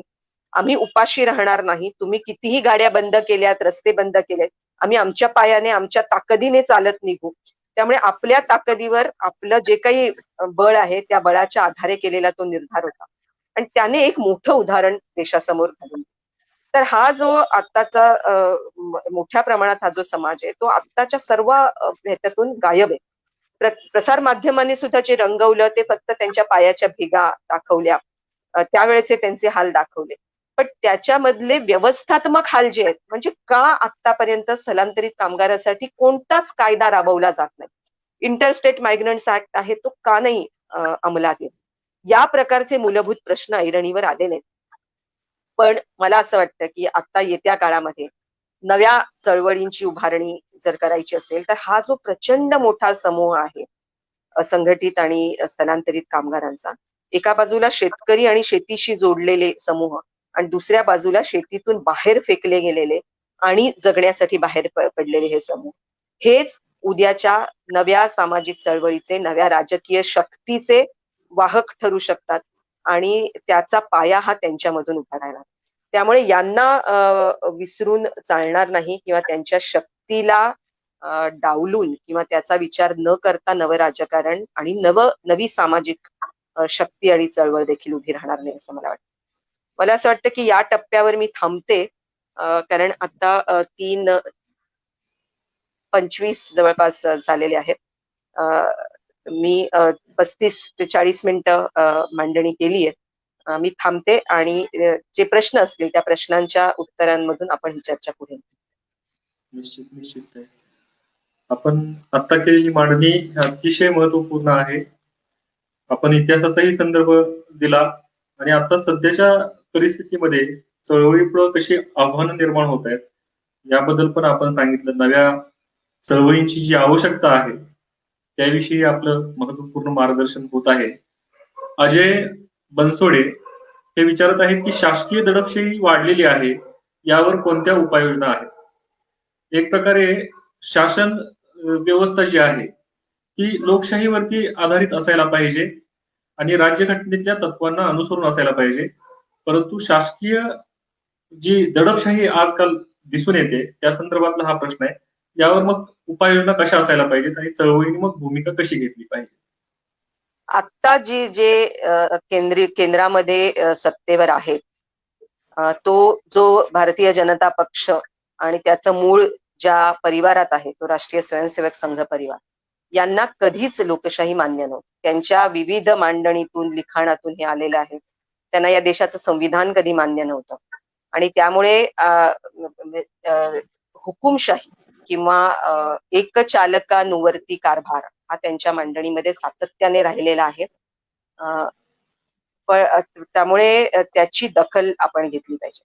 आणि त्यांची जी दिशा आहे, म्हणजे विशेषतः आता 2014 पासून सगळ्याच त्यांच्या कारभाराची दिशा जी आपण पाहतोय, त्यामध्ये सतत धक्के देणं, भारतीय समाजाला, सर्वच नागरिकांना एका प्रकारच्या असुरक्षित वातावरणात ठेवणं आणि अचानक रात्रीत नोटबंदी करायची, अचानक रात्री 8 वाजता घोषणा करून रात्री 12 पासून लॉकडाऊन जाहीर करायचं, अचानक रात्री 12 वाजता जीएसटीचं धोरण राबवायला सुरुवात करायची, आधार सक्ती करायची. अशा अनेक पावलांमधून या सरकारने भयगंडा खाली ठेवलेला आहे आणि त्याच्यातून ज्या प्रकारची शाही, ज्या प्रकारची कारभार व्यवस्था ते पुढे आणू इच्छितात, त्यामध्ये एक मसीहा आणि या सगळ्या असुरक्षिततेमध्ये सतत मग पुढे यायचं आणि मन की बात पंतप्रधानांनी मांडायची. या प्रकारच्या पवित्र्यामधून जे सांगितलं जात आहे आणि लोकशाही यंत्रणा गुंडाळून ठेवायच्या. मग त्या सर्वोच्च न्यायालयापासून विविध यंत्रणा, मग ती रिझर्व्ह बँक असेल, ते सीबीआय असेल, तो निवडणूक आयोग असेल, यासारख्या सगळ्या यंत्रणा या एककल्ली कारभाराच्या हातात आहेत असं आपल्याला दिसतं. आणि त्यामुळे या सरकारला प्रश्न विचारणंच मान्य नाही. जे प्रश्न विचारतात त्यांची मुस्कटदाबी करणं आणि दडपशाही करणं हे त्यांचं धोरण राहिलंय, जे आपण आता अनुभवतोय. त्यामुळे बनसोडेंनी विचारलेला जो प्रश्न आहे तो या दिशेतच आहे की शासकीय दडपशाही वाढतीये कारण त्यांना या प्रकारचं लोकशाही वर्तन मान्य नाही. आणि आपण जे लोकशाही मानतो आणि या देशाचं संविधान मानतो त्यांनी असं म्हटलंच पाहिजे की या देशाच्या सरकारला, अगदी पंतप्रधानांना आणि राष्ट्रपतींना सुद्धा प्रश्न विचारण्याचा अधिकार संविधानानेच दिलाय.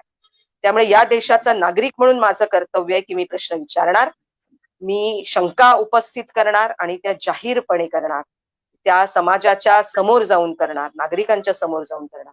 पण जे लोक हे करतायत त्यांची मुस्कटदाबी करणं आणि दडपशाही करणे सरकार करतंय, कारण त्यांचं ते धोरणच आहे. आणि हे उघड आहे की ज्या अर्थी त्यांची दडपशाही वाढते त्या अर्थी हे सरकार घाबरतंय.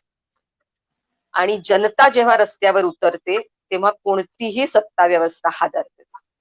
त्यामुळे आपली दिशा ही तीच असली पाहिजे, या देशाची लोकशाही जिवंत ठेवण्याची, या देशातलं संविधान सुरक्षित ठेवण्याची आणि प्रश्न विचारण्याची, ललकारण्याची आणि त्यांना आव्हान देण्याची. त्यामुळे दडपशाहीला घाबरून जायचं काही कारण नाही. इतिहासातून आपण ही प्रेरणा मिळवायला हवी की ब्रिटिश सरकार असो की त्या आधीच्या राजवटी, दडपशाही ही यापूर्वीही झालेली आहे आणि त्याच्या विरुद्ध उठण्याचं एकच गोष्ट आहे, ती म्हणजे जनतेने निर्भय होणं. जे महात्मा गांधी सांगत होते की निडरपणे, निर्भयपणे सर्वसामान्य नागरिकांनी रस्त्यावर उतरणं आणि आम्ही शासनाची दडपशाही चालवणार नाही, चालू देणार नाही, असं म्हणत लाखो करोडोंनी रस्त्यावर उतरणं हेच त्याच्यातली महत्वाचा मार्ग आहे असं मला. अगदी. दुसरा प्रश्न विचारत आहेत इरफान शेख, माणलोकचे कार्यकर्ते. ते असा प्रश्न विचारत आहेत की हल्ली चळवळ हा जो शब्द आहे तो सर्रासपणे वापरला जातो, परंतु त्या शब्दाचं जे महत्व आहे ते समजून न घेता अमुक चळवळ, तमुक चळवळ, चळवळ हा शब्द वापरला जातो. तो चळवळ हा शब्द वापरून वापरून अगदी गुळगुळीत झालेला आहे, प्रभावहीन होत चाललेला आहे. आणि कार्यकर्त्यांना चळवळीचं जे महत्व समजायला हवं, त्यातून चळवळीतून कार्यकर्ते ज्या पद्धतीने निर्माण व्हायला पाहिजे त्या पद्धतीने कार्यकर्ते निर्माण होताना दिसत नाहीत. त्याची काय कारणं आहेत, याबद्दल आपल्याला काय वाटतं? नाही, मी मगाशी म्हटलं तसं की विशेषतः जेव्हा नवउदार आर्थिक धोरण आणि जागतिकीकरणाचं वारं व्हायला लागलं, त्यामध्ये अनेक संदेश आणि अनेक मूल्य रुजवली जातात. ती प्रसार माध्यमांद्वारे रुजवली जातात आणि त्यातलं महत्वाचं मूल्य आहे की स्वतःपुरतं बघा, स्वतःचा स्वार्थ बघा, चांगल्या पगाराची नोकरी बघा, समाजाकडे बघण्याची काही गरज नाही आणि तुम्ही तुमचं बघा आणि पुढे. आणि अशा समाजामधूनच कार्यकर्ते तयार होणार. त्यामुळे जेव्हा पूर्ण समाज हा एका स्वार्थी हितसंबंधांच्या कडे झुकतोय आणि स्वतःच्या स्वार्थापुरतच पहा असं एक सतत व्यवस्थेचा घोष चालू आहे, तेव्हा त्या वातावरणात कार्यकर्ते उभं राहणं कठीण आहे. जेव्हा संत परंपरा म्हणजे आपल्या देशातली आणि विशेषतः महाराष्ट्रातली मजबूत होती, त्या काळचं वातावरण आणि आत्ताचं वातावरण ह्याच्यात खूप मोठा फरक आहे. किंवा स्वातंत्र्य चळवळीच्या काळात निर्माण झालेलं वातावरण आणि आत्ताचं वातावरण यातही खूप मोठा फरक. ते या सगळ्या जागतिक अर्थव्यवस्थांनी हे जे स्वतःपुरतं पहा असं विचारणं सुरू केलं. तुम्ही सगळ्या माध्यमांमधल्या आत्ताच्या सिरियल्स पहा, त्या काय संदेश देतात. त्याच्यात कुठेही सामाजिक प्रश्न दिसत नाही, त्याच्यामध्ये कुठेही कुटुंबाच्या पलीकडे गोष्ट जात नाही. ती त्याच कुटुंबांमध्ये, त्याच कुटुंबातल्या स्त्रियांमध्ये, त्या कुटुंबातले संपूर्ण पितृसत्ताक व्यवस्थेच्या अधीन राहून मूल्यव्यवस्था रुजवत असं जे चाललंय त्याच्यात आता कार्यकर्ते घडवायचे.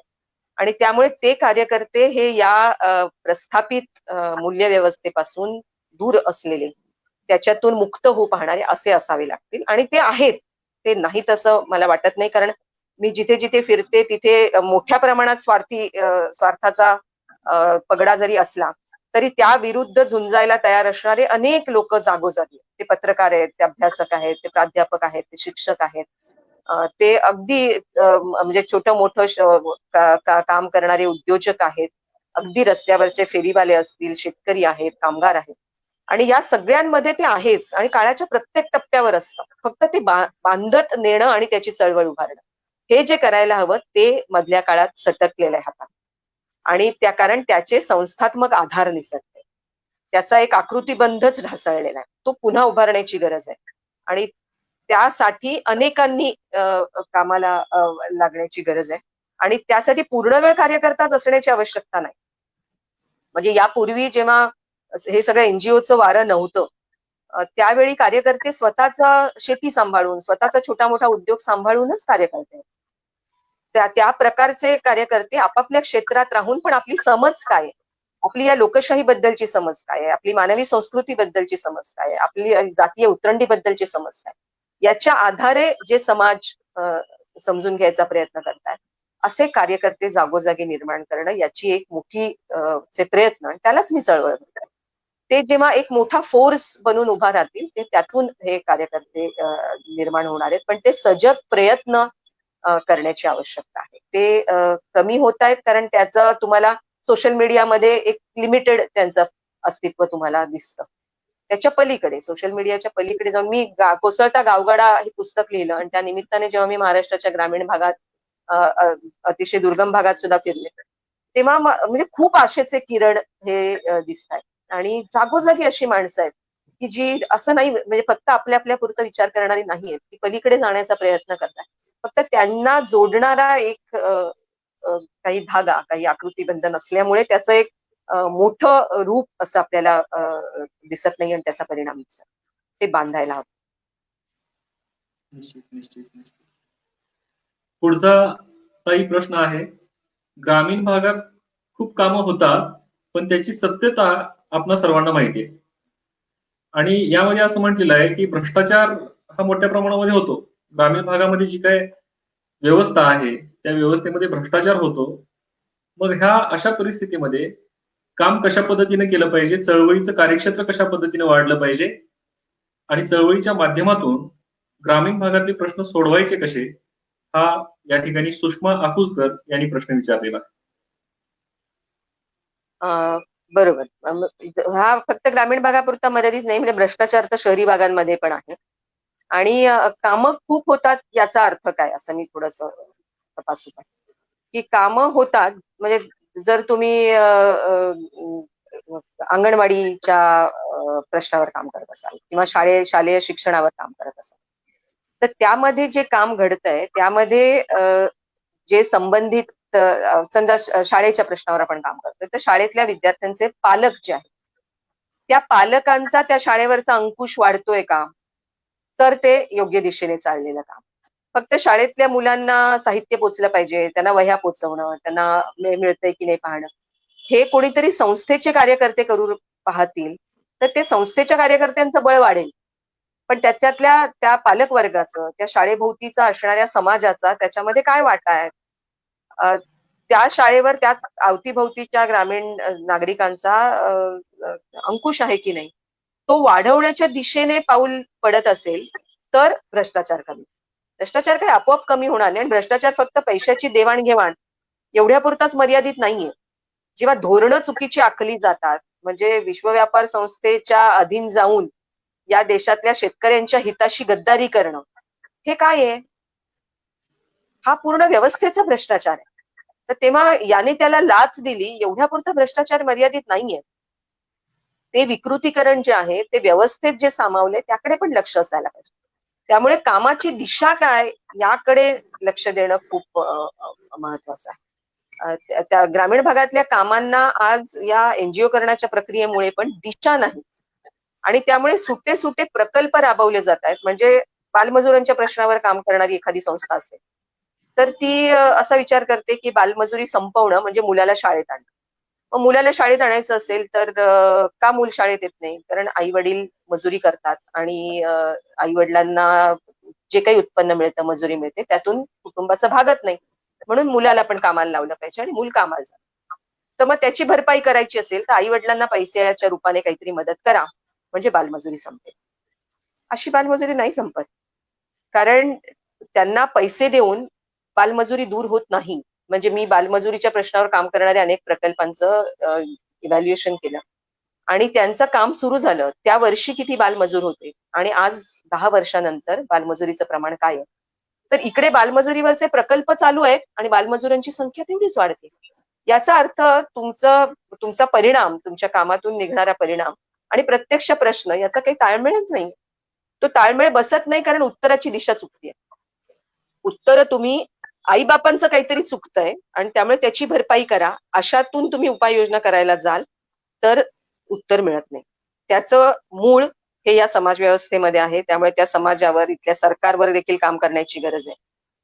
असं असं तो वेगवेगळ्या अंगांनी प्रश्न तपासत त्याच्या मुळाशी गेलं नाही तर तो प्रश्न दूर होतो. या प्रकारचं काम होण्याची गरज आहे. त्यामुळे त्या प्रश्नाची दिशा आणि आवाका वाढवायची गरज आहे. सागर कुलकर्णी यांचा प्रश्न आहे की जागतिकीकरण आणि नव भांडवलवाद जो आहे तो मोठ्या प्रमाणामध्ये नव भांडवलवाद आता आलेला आहे. आताचं जग हे नव भांडवलवादाचं जग आहे आणि तुम्ही आताच सांगितल्याप्रमाणे नव भांडवलवादामध्ये हितसंबंध जपले जातात. अशा हितसंबंध जपणाऱ्या काळात, मार्केट कंट्रोल करणाऱ्या काळात मजुरांचे कायदे जे आहेत ते मात्र गुंडाळून ठेवलेले आहेत. मजुरांच्या कायद्याकडे पुरेसं लक्ष दिलं जात नाहीये. या पार्श्वभूमीवर यांचा प्रश्न आहे की हा वाढता चंगळवाद, वाढती विषमता यामुळे असंघटित कामगारांसाठी सामाजिक चळवळी कशा त्यांना आश्वस्त करू शकतात. त्यांचे हितसंबंध जे आहेत, दुर्बल घटकांचे हितसंबंध जे आहेत ते कशा पद्धतीनं चळवळींच्या माध्यमातून जपता येतील आणि त्यांना आश्वस्त करता येईल एक समाधानकारक चांगल्या जीवनासाठी. नाही, मुळात असंघटित कामगारांमध्ये उतरून काम करणारे लोक किती आहेत हाच प्रश्न आहे. ते लोक वाढले पाहिजे त्याचं पहिलं उत्तर. आता करोनाच्या लॉकडाऊनच्या काळामध्ये जो देशामध्ये पूर्ण देशात रस्त्यावर उतरला मजूर वर्ग, या संपूर्ण मजूर वर्गामध्ये चळवळीचं पुरोगामी म्हणून जे जे काही संघटना, ट्रेड युनियन्स, राजकीय पक्ष, छोट्या मोठ्या संस्था स्वतःला म्हणवतात, त्या सर्वांचं अस्तित्व या रस्त्यावर उतरलेल्या मजुरांमध्ये किती होतं? तर ते खूपच कमी होतं. याचा अर्थच असा आहे की हा प्रचंड मोठ्या प्रमाणात जो समाज घटक आहे तो आज संघटित प्रयत्नांपासून लांब आहे. कोणत्याही प्रकारचा संघटित प्रयत्न असेल त्यापासून लांब आहे. त्यामुळे पहिलं आव्हान हेच आहे की या प्रश्नाला भिडणारे आणि असंघटित कामगारांमध्ये उतरून काम करणारे कार्यकर्ते वाढवावे लागतात. मग ते बांधकाम कामगारांमध्ये असतील, ते कोळसा भट्ट्यांमध्ये असतील, ते मिठागरांमध्ये असतील, ते वीट भट्ट्यांमध्ये असतील, ते फेरीवाल्यांमध्ये उतरून काम करणारे असतील. या सर्व प्रकारच्या समूहांमध्ये उतरून काम करणारे कार्यकर्ते वाढले पाहिजेत आणि त्या समूहांचं संघटन झालं पाहिजे. त्या संघटनांनी आपसात सुद्धा हात बांधून ताकद एकत्रितपणे उभारली पाहिजे आणि हे कामगार कायदे आम्ही गुंडाळू देणार नाही या प्रकारचं वातावरण कामगार चळवळ असंघटित कामगारांमध्ये जर मजबूत झाली, वाढली आणि त्याचा एक आवाका वाढला तर शक्य. कारण कामगारांची ताकदच कमी होत असेल तर कामगार कायदे जेव्हा गुंडाळून ठेवले जातात त्याच्या विरुद्ध आवाज कोण उठवणार? आज संघटित क्षेत्र एकूण कामगारांच्या मध्ये फक्त 7% 93% हे असंघटित कामगार आहेत म्हणजे एकूण वर्किंग पॉप्युलेशन मध्ये.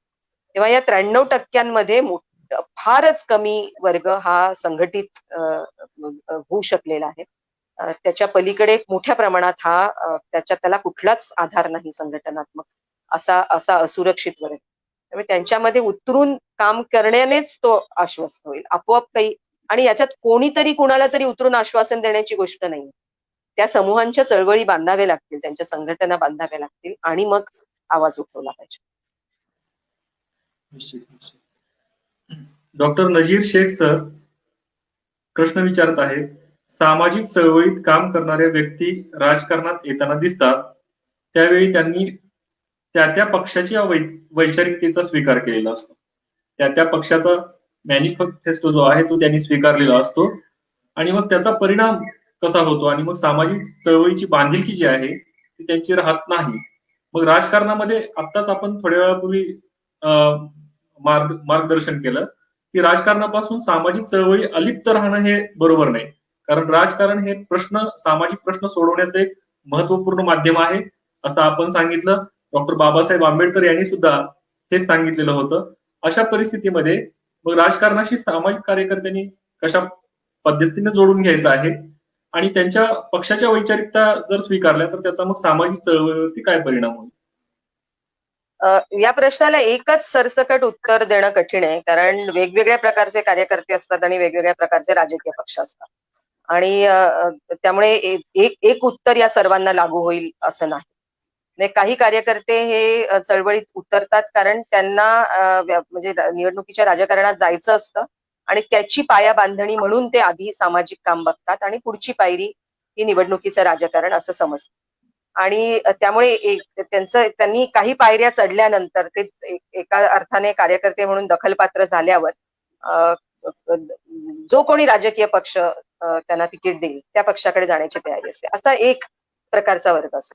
दुसरा प्रकार असा असतो की निवडणुकीत उतरलं पाहिजे, पण त्याच्यामध्ये मी पक्षांची निवड करते. जे प्रस्थापित पक्ष आहेत, जे भांडवली विचारांचे पक्ष आहेत, त्यांच्याकडे मी जाणार नाही, पण त्याला आव्हान देणारे जे राजकीय पक्ष आहेत त्यामध्ये मी जाईन. असा एक दुसरा वर्ग असू शकतो. तिसरा असा आहे की जे नवीन पक्ष उभे राहत आहेत, की आत्ताचे प्रस्थापित पक्ष हे पुरेसे नाहीत आणि ते जरी भाजप उदाहरणार्थ राष्ट्रीय स्वयंसेवक संघाच्या विचारधारेने काम करतो.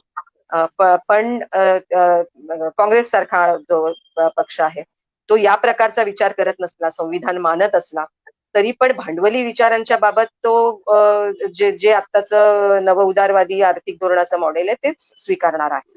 तर त्यामुळे या दोन्हींची निवड न करता आणि जे कोणी डावे पुरोगामी पक्ष आहेत ते त्यांनी देखील आतापर्यंत सत्ताकारणामध्ये सहभाग घेऊन त्यांच्या विचारांची देखील बरीच तोडमोड झाली आहे आणि त्यामुळे नवीनच पर्याय उभा राहायला पाहिजे असं म्हणून राजकारणात येणारा आणखीन तिसरा वर्ग असतो की जे आणखीन वेगळ्या प्रकारचे पर्यायी राजकीय उभारणी करण्याची मांडणी करतात. आणि चौथ्या प्रकारचे राजकारण मानणारे पण वेगळ्या प्रकारचे विचार करणारे कार्यकर्ते असतात. ते असं म्हणतात की आधी असा मोठा राजकीय फोर्स उभा राहायला पाहिजे जो आत्ताचे प्रस्थापित सगळे निकष नाकारेल आणि तो फोर्स जेव्हा मोठा होईल त्यातून नव्या राजकीय पक्षाची निर्मिती होईल आणि तो पक्ष या सत्ता कारणाला, सत्ता संबंधांना ललकारेल किंवा त्याला एक आव्हान देण्याची शक्ती देऊन उभारेल.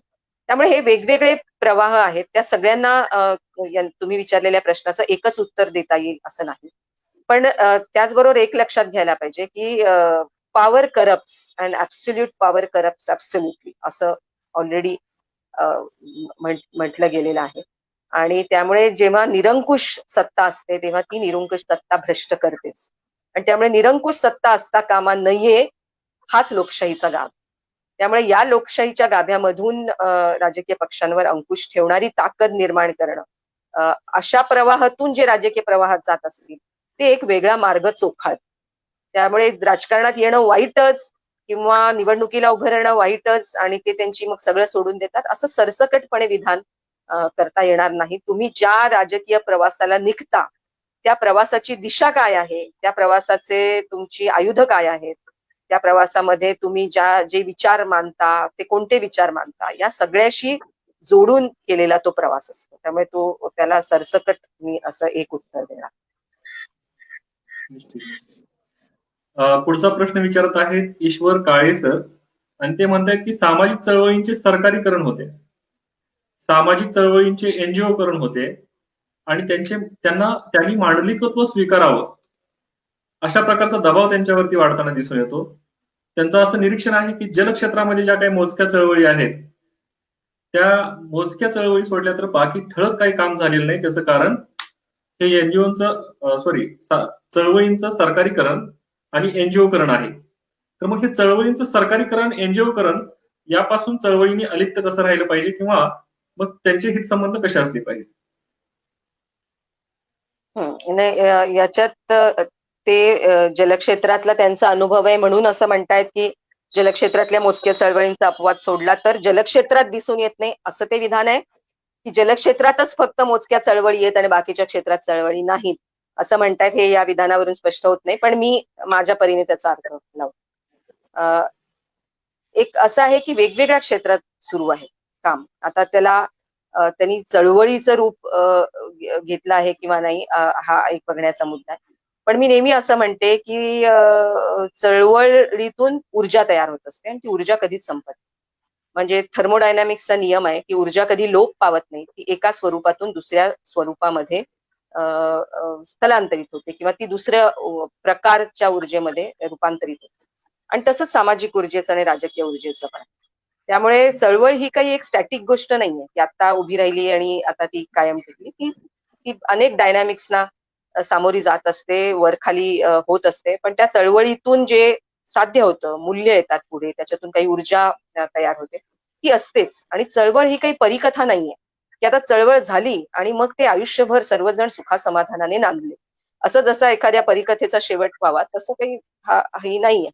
त्यामुळे चळवळीत अनेक सत्ता संबंध शिरतात. त्याचं काही प्रमाणात कधी विकृतीकरण होतं, काही संस्कृतीकरण होतं. त्याच्यातून मूल्य उभी राहतात किंवा मूल्य संपवली जातात. हे सगळे प्रकार त्यामध्ये घडत असतात आणि ती स्टॅटिक गोष्टच नाही.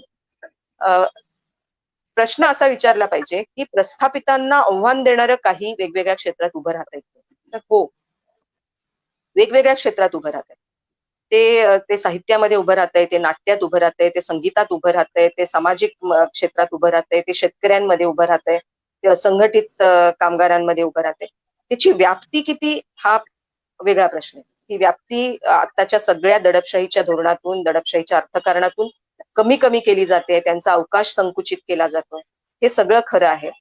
पण याला भिडणारे लोक अनेक ठिकाणी आहेत. त्यांची संख्या वाढवण्याची म्हणजे वाढण्याची आवश्यकता आहे. आणि हे सगळे लोक काही वेगवेगळ्या आकृतीबंधामध्ये जोडले गेले नाहीत तर त्यांची एकत्रित ताकद दिसून येणार. ती एकत्रित ताकद दिसून येण्यासाठीचे वेगवेगळे प्रयत्न काय हे बघायला पाहिजे. आता उदाहरणार्थ या नागरिकत्व कायद्याविरुद्ध जेव्हा देशभर आंदोलन उभं राहील आणि त्यात मोठ्या प्रमाणात स्त्रिया आणि तरुण रस्त्यावर उतरले. हे काय होतं? हे तरुण का उतरले? नागरिकत्वाचा प्रश्न त्यांना का महत्वाचा वाटला? जी काही चळवळींनी आतापर्यंत उभ्या केलेली मूल्य आहेत, त्याची काही वाट आहे, त्या वाटेवर हे तरुण आहेत म्हणूनच ते व्यक्त झाले. तर त्यामुळे मला तर ते खूप आशादायी चित्र वाटतं, की जेव्हा-जेव्हा अशी टोकाची दडपशाही होते, तेव्हा मोठ्या प्रमाणात ज्यांना दडपलं गेलंय तो समूह व्यक्त होतो याचा अर्थच चळवळ जिवंत आहे. चळवळीच्या मागच्या टप्प्यात रुजवली गेलेली मूल्य आजही आहेत आणि त्या मूल्यांच्या आधारे नवीन पिढी उभी राहण्याचा प्रयत्न करते. त्यामुळे ते काळाच्या कोणत्याही टप्प्यावर होतं, आजही आहे आणि उद्याही असणारच. फक्त त्याचा व्यापक आकृतीबंध कसा उभारायचा ही मात्र आव्हानाची गोष्ट. डॉक्टर रमा पांडे मॅडम विचारतायत की अधिकाधिक लोकांना चळवळीशी जोडून घेण्यासाठी काय करता येईल? कारण व्यक्तिवादी पणा वाढलेला आहे. मी, माझं कुटुंब, माझं घर याच्या पलीकडं माणूस आम्हीपणाची भावना विसरत चाललेला आहे. आपण दुसऱ्यासाठी काहीतरी केलं पाहिजे, समाजासाठी काहीतरी केलं पाहिजे, चळवळीशी जोडलं गेलं पाहिजे. हे प्रमाण आता कुठंतरी कमी होत जाताना दिसतंय आणि त्यामुळं अधिकाधिक लोकांना चळवळीशी जोडून घेण्यासाठी काय करता येईल? एकतर वेगवेगळ्या प्रकारची कामं करता येतील. म्हणजे तुम्ही कुठे आहात, तुम्ही जिथे आहात तिथून हे स्वतः शोधायला सुरुवात करा. कारण चळवळ याचा अर्थ मी मगाशी म्हटलं तसं ज्याच्यामध्ये काही प्रमाणात विद्रोह आहे, बंड करण्याची वृत्ती आहे, प्रश्न विचारण्याची जिज्ञासा आहे आणि आहे तसं मी स्वीकारणार नाही, मी अन्याय सहन करणार नाही, ही वृत्ती आहे. ही वृत्ती ज्या ज्या माणसांमध्ये आहे ते जिथे आहेत तिथून त्यांनी आसपास शोधायला सुरुवात केली पाहिजे. आणि आपल्यासारखे कोण कोण कुठे आहेत त्यांना जोडणं आणि वेगवेगळ्या प्रकारचे उपक्रम पुढे नेणं. म्हणजे मग ते तरुणांना जोडायचं असेल तर तुम्ही फिल्म क्लब सारखी ऍक्टिव्हिटी सुद्धा सुरू करू शकता, ज्यामध्ये अतिशय उत्तम प्रकारचं जागतिक स्तरावर आणि देशाच्या स्तरावर सुद्धा ज्या प्रकारे फिल्म्स बनवल्या जातात, ज्याच्यातून काही मूल्य पुढे नेलं जात आहे, ज्यातून काही बंड उभारलं जात आहे. अशा प्रकारच्या अनेक गोष्टी आहेत ज्या ज्या बघणं, त्याच्यावर चर्चा करणं, त्यातून हे पुढे नेणं. व्याख्यानमाला चालवणं किंवा चर्चांचे जसं आपल्याकडे विद्रोही साहित्य संमेलनं चालतात किंवा विचारवेध संमेलन चालत होतं किंवा विषमता निर्मूलन शिबिर चालायचं. यासारख्या मधून तरुणांपर्यंत त्यांना म्हणजे मागचं सगळं जे काही शिदोरी आहे, इतिहासातून मिळालेली मूल्यांची, विश्लेषणाची शिदोरी, आणि आजच्या काळात जे घडतंय त्या घडामोडींचा अर्थ लावणं, याच्या जागा मिळतील अशा जागा तयार केल्या पाहिजे. तर आपली जी क्षमता आहे त्या क्षमतेमध्ये आपण काय करू शकतो हे शोधायला पाहिजे आणि ते या दिशेने जाणारं पाहिजे. म्हणजे मी गरीब मुलांना अर्थसहाय्य करीन आणि पुस्तकं वाटेन आणि मी माझी या गिल्ट मधून, या अपराधी भावनेतून सोडवणूक करून देईन. असं म्हणून तुम्ही गप्प बसलात तर काहीच पुढे जाणार. पण तुम्ही जर असं म्हणाल, की मी म्हणजे ज्या मुलांची परिस्थिती नाही, त्या मुलांसाठी पुस्तकांची उभारणी करेन, लायब्ररी करेन. पण त्या लायब्ररीतून एक चर्चेचा उपक्रम पुढे ठेवेन, ज्याच्यातून अशा प्रकारच्या चर्चा होतील, मुलं विचार करतील, मुलं प्रश्न विचारतील. तर एक पाऊल पुढे पडलं असं मी म्हणेन. त्यामुळे तुम्हाला जो सुचतो तो उपक्रम, तुमच्या आवाक्यातला उपक्रम, पण तो या दिशेने जाणारा, हा जर तुम्ही निवडलात, तर तुम्ही इंजिनियर असाल, तुम्ही डॉक्टर असाल, तुम्ही पत्रकार असाल, तुम्ही प्राध्यापक असाल, तुम्ही छोटं-मोठं धंदा आपापल्या जागी करणारे असाल, कोणीही असाल, तुम्ही आपापल्या ठिकाणी हे करू शकता. आणि त्याला मात्र त्याची व्याप्ती वाढवत नेणं हा एक निकष असला पाहिजे. की मी आज जर 5 जणांना आम्ही एकत्र येत असू, तर उद्या त्याचे 10 होतील, 10चे 100 होतील, 100चे 1000 होतील. आणि फक्त सोशल मीडियावर अवलंबून राहू नका. म्हणजे निव्वळ सोशल मीडिया हा एक भ्रामक व्हर्चुअल क्षेत्र आहे, की त्या क्षेत्रात काय चाललंय याच्यावरून आडाखे बांधणं हे चुकीचं ठरतं. त्याच्या पलीकडे खूप मोठा समाज आहे, जो याच्या परिघातच नाहीये. त्यामुळे त्या समाजापर्यंत पोहोचण्याचा प्रयत्न करायला हवा. आणि थेट भिडणं आणि निडर होणं, निर्भयतेने सामोरं जाणं हे आत्ताच्या सत्ता व्यवस्थेमध्ये तर फार फार आवश्यक आहे. तर याचे वेगवेगळे उपक्रम राबवले पाहिजेत. आत्ताच आम्ही सर्व स्त्रिया संघटनांनी एक कॉल दिला होता, की अगर हम नहीं उठे तो. तर जिथे जिथे आपण आहोत तिथून आपण उठण्याचा वेगवेगळा कार्यक्रम करू आणि त्याला खूप मोठ्या प्रमाणात साथ मिळाली. महाराष्ट्रभरच नाही, देशभरात. म्हणजे शेतामधून, रानामधून, खेड्यापाड्यांमधून आपापल्या ठिकाणी बायका उभ्या राहिल्या. त्यांनी छोट्या-मोठ्या सभा घेतल्या या लॉकडाऊनच्या काळात सुद्धा. आणि त्यांनी जे काही केलं त्याचे उपक्रम पाठवले. आता हे बांधत न्यायचा आमचा प्रयत्न आहे. असं तुमच्या ठिकाणी जागोजागी करता येईल. साधं पेपर वाचन एकत्रितपणे करायचं. आज काय पेपरमध्ये आलंय त्याचा अर्थ लावायचे, चर्चा करायच्या. कधीतरी कुणाला त्यातल्या तज्ञ माणसांना बोलवायचं, काही प्राध्यापक, विचारवंतांना बोलवायचं. असं करत सुद्धा आपल्याला पुढे जाता. ताई, आता हा शेवटचा प्रश्न आपण या ठिकाणी घेऊया. रवी खटावकर माणलोकचे कार्यकर्ते विचारत आहेत, की कार्यकर्त्यांच्या गुणाकारातून व विभागणीतून नवनवीन प्रयोग करत जाणे, उपक्रम वाढवत जाणे आणि त्यातून प्रश्नांची उकल करणे, याला चळवळीचा यशाचा मानक असं म्हणता येईल काय? मला वाटतं की हा असा प्रश्न आहे की चळवळीच्या यशाचा मानक काय असावा? तो संख्यात्मक की गुणात्मक? मी मगाशी म्हटलं तसं निव्वळ प्रश्न किती आम्ही सोडवले हा गुणात्मक निकष असू शकत नाही. चळवळीच्या दृष्टीने. कारण आपण रेशन कार्ड किती लोकांना मिळवून दिली, आम्ही घरकुल्या किती जणांना बांधून दिली, आम्ही कर्ज किती लोकांना उपलब्ध करून दिला, हा चळवळीचा निकष असू शकत. त्यातून काही प्रश्न सुटतील, काही प्रमाणात अन्याय निवारण होईल. पण त्यातून त्याच्या मागच्या व्यवस्थेला तुम्ही थोडा तरी प्रश्न उपस्थित केला का? त्यांना काही आव्हान उभं केलं का? त्याच्या मागच्या धोरणांची काही चिरफाड केली का? त्यातलं धोरण बदलण्यासाठी एक पाऊल पुढे टाकलं का? या दिशेने ते जायला पाहिजे. त्यामुळे नुसती समस्यांची उकल महत्वाची नाही. आणि यश अपयश कशाला म्हणायचं हा एक मोठा प्रश्न आहे. म्हणजे मध्ये आता एक रधो कर्व्यांच्या सगळ्या म्हणजे रघुनाथ धोंडो कर्वे यांनी जो कुटुंब नियोजनाचा आणि एकूणच विवाह संस्थेबद्दलची त्यांची चिंतन मांडणी जी काही सगळी होती, त्याच्यावर आधारित समाज स्वास्थ्य म्हणून एक नाटक अतुल पेठेंनी अजित दळवींनी लिहिलेलं आहे आणि त्यांचं पुढे आलं. त्यामध्ये बघताना हे लक्षात आलं की रधो कर्वे प्रत्येक केस हरलेले. म्हणजे त्यांच्या विरुद्ध ब्रिटिश सरकारनी त्यावेळेच्या प्रस्थापित समाज व्यवस्थेमधल्या अनेक महत्वाच्या व्यक्तींनी कर्वेंवर केसेस टाकल्या, अश्लीलतेचे आरोप केले. त्यांचं जे नियतकालिक होतं ते बंद करण्याचे अनेक प्रयोग केले आणि त्याच्यात जे जे खटल्यांना त्यांना सामोरं जावं लागलं, त्या सर्व खटल्यांमध्ये रधो कर्वे हरले. त्यांना दंड झाला, शिक्षा झाली. डॉक्टर बाबासाहेब आंबेडकरांनी त्यांना त्यांची केस चालवल्यानंतर सुद्धा ती केस सुद्धा रधो कर्वे हरलेले. पण आता जेव्हा आपण वळून बघतो तेव्हाची ही रधो कर्व्यांची हार ही खरोखर हार होती का? त्यांचा विचार जर आज पुढे गेलेला दिसतोय, त्यांनी जे त्यावेळी मांडलं ते काळाच्या खूप पुढे जाणार होतं. त्यावेळेची समाज व्यवस्था ही प्रस्थापितांना शरण जाणारी असल्यामुळे, नुसती समाज व्यवस्था नाही, न्याय व्यवस्था पण ती शरण जाणारी असल्यामुळे रधोकरव्यांना तेव्हा न्याय मिळाला नाही. पण त्यांचा विचार काळाच्या पटावर यशस्वीच आहे. इतिहासाने त्यांची नोंद घेतलेली आहे. त्यामुळे यश अपयश हे तात्कालिक निकषांवर मोजून चालणार नाही. तुम्ही मानवी संस्कृतीला उन्नत करणारा विचार पुढे नेण्यासाठी जर झुंजत असाल, तर ती झुंज महत्वाची आहेच. त्या काळी म्हणजे आता प्रशांत भूषण यांना जी शिक्षा झाली ती हार मानायची का? त्यांना शिक्षा झाली म्हणून.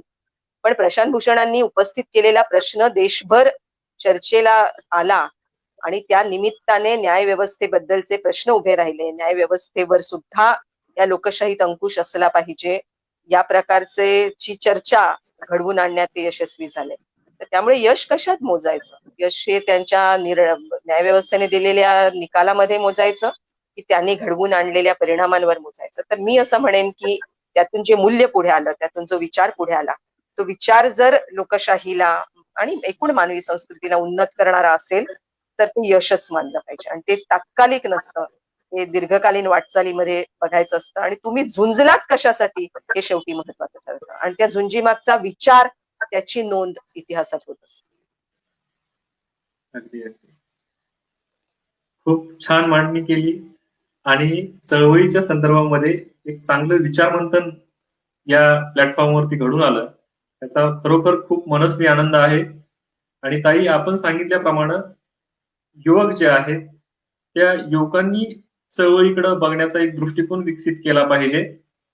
संस्था संघटना ज्या अस्तित्वात आहेत त्यांनी हे रुजवण्याचा प्रयत्न केला पाहिजे. आणि व्यक्तिशः ज्यांना वाटतंय की आपण चळवळीला जोडून घेतलं पाहिजे, आपण काहीतरी विधायक केलं पाहिजे, व्यवस्था परिवर्तनामध्ये आपलं योगदान असलं पाहिजे, त्यांनी आपण जिथं आहोत तिथून सुरुवात करायला पाहिजे. असं खूप छान चांगलं मार्गदर्शन आपण या ठिकाणी केलं. आपलं मार्गदर्शन यापुढे सुद्धा आम्हाला अशाच पद्धतीनं राहील. आणि चळवळ जी आहे, जसं तुम्ही सांगितलं की एका पिढीकडून दुसऱ्या पिढीकडे किंवा नदीप्रमाणे हा वाहता प्रवाह राहिला पाहिजे. या वाहत्या प्रवाहातील हा प्रवाह जो आहे तो निश्चितपणे खूप मोठा होत जाऊ, वाढत जाऊ, हे शुभचिंतन या ठिकाणी करतो. आणि ताई, आपल्याला धन्यवाद देतो. खूप खूप धन्यवाद. या कार्यासाठी ज्यांनी आम्हाला प्रोत्साहन दिलं, अनिकेत भैया, त्यांच्याबरोबरच या टीम मध्ये असणारे इरफान सर, आमच्या कॉलेजचे प्राचार्य डॉक्टर जाधव सर, या सर्वांच्या संयोजनातून हा उपक्रम या ठिकाणी राबवण्यात आला. सर्वांना खूप धन्यवाद देतो आणि या ठिकाणी थांबतो. धन्यवाद, नमस्कार. आणि सर्व तरुणांना सांगते की ग्रामीण भागातल्या तरुणांकडून मला खूप मोठा आशा आहे. आणि जिथे जागोजागी जातो तिथे तरुण खूप अतिशय उत्साहदायी अशा प्रकारे समोर येताना मला दिसतात. त्यामुळे त्यांच्याकडून येत्या काळात खूप मोठ्या अपेक्षा. धन्यवाद.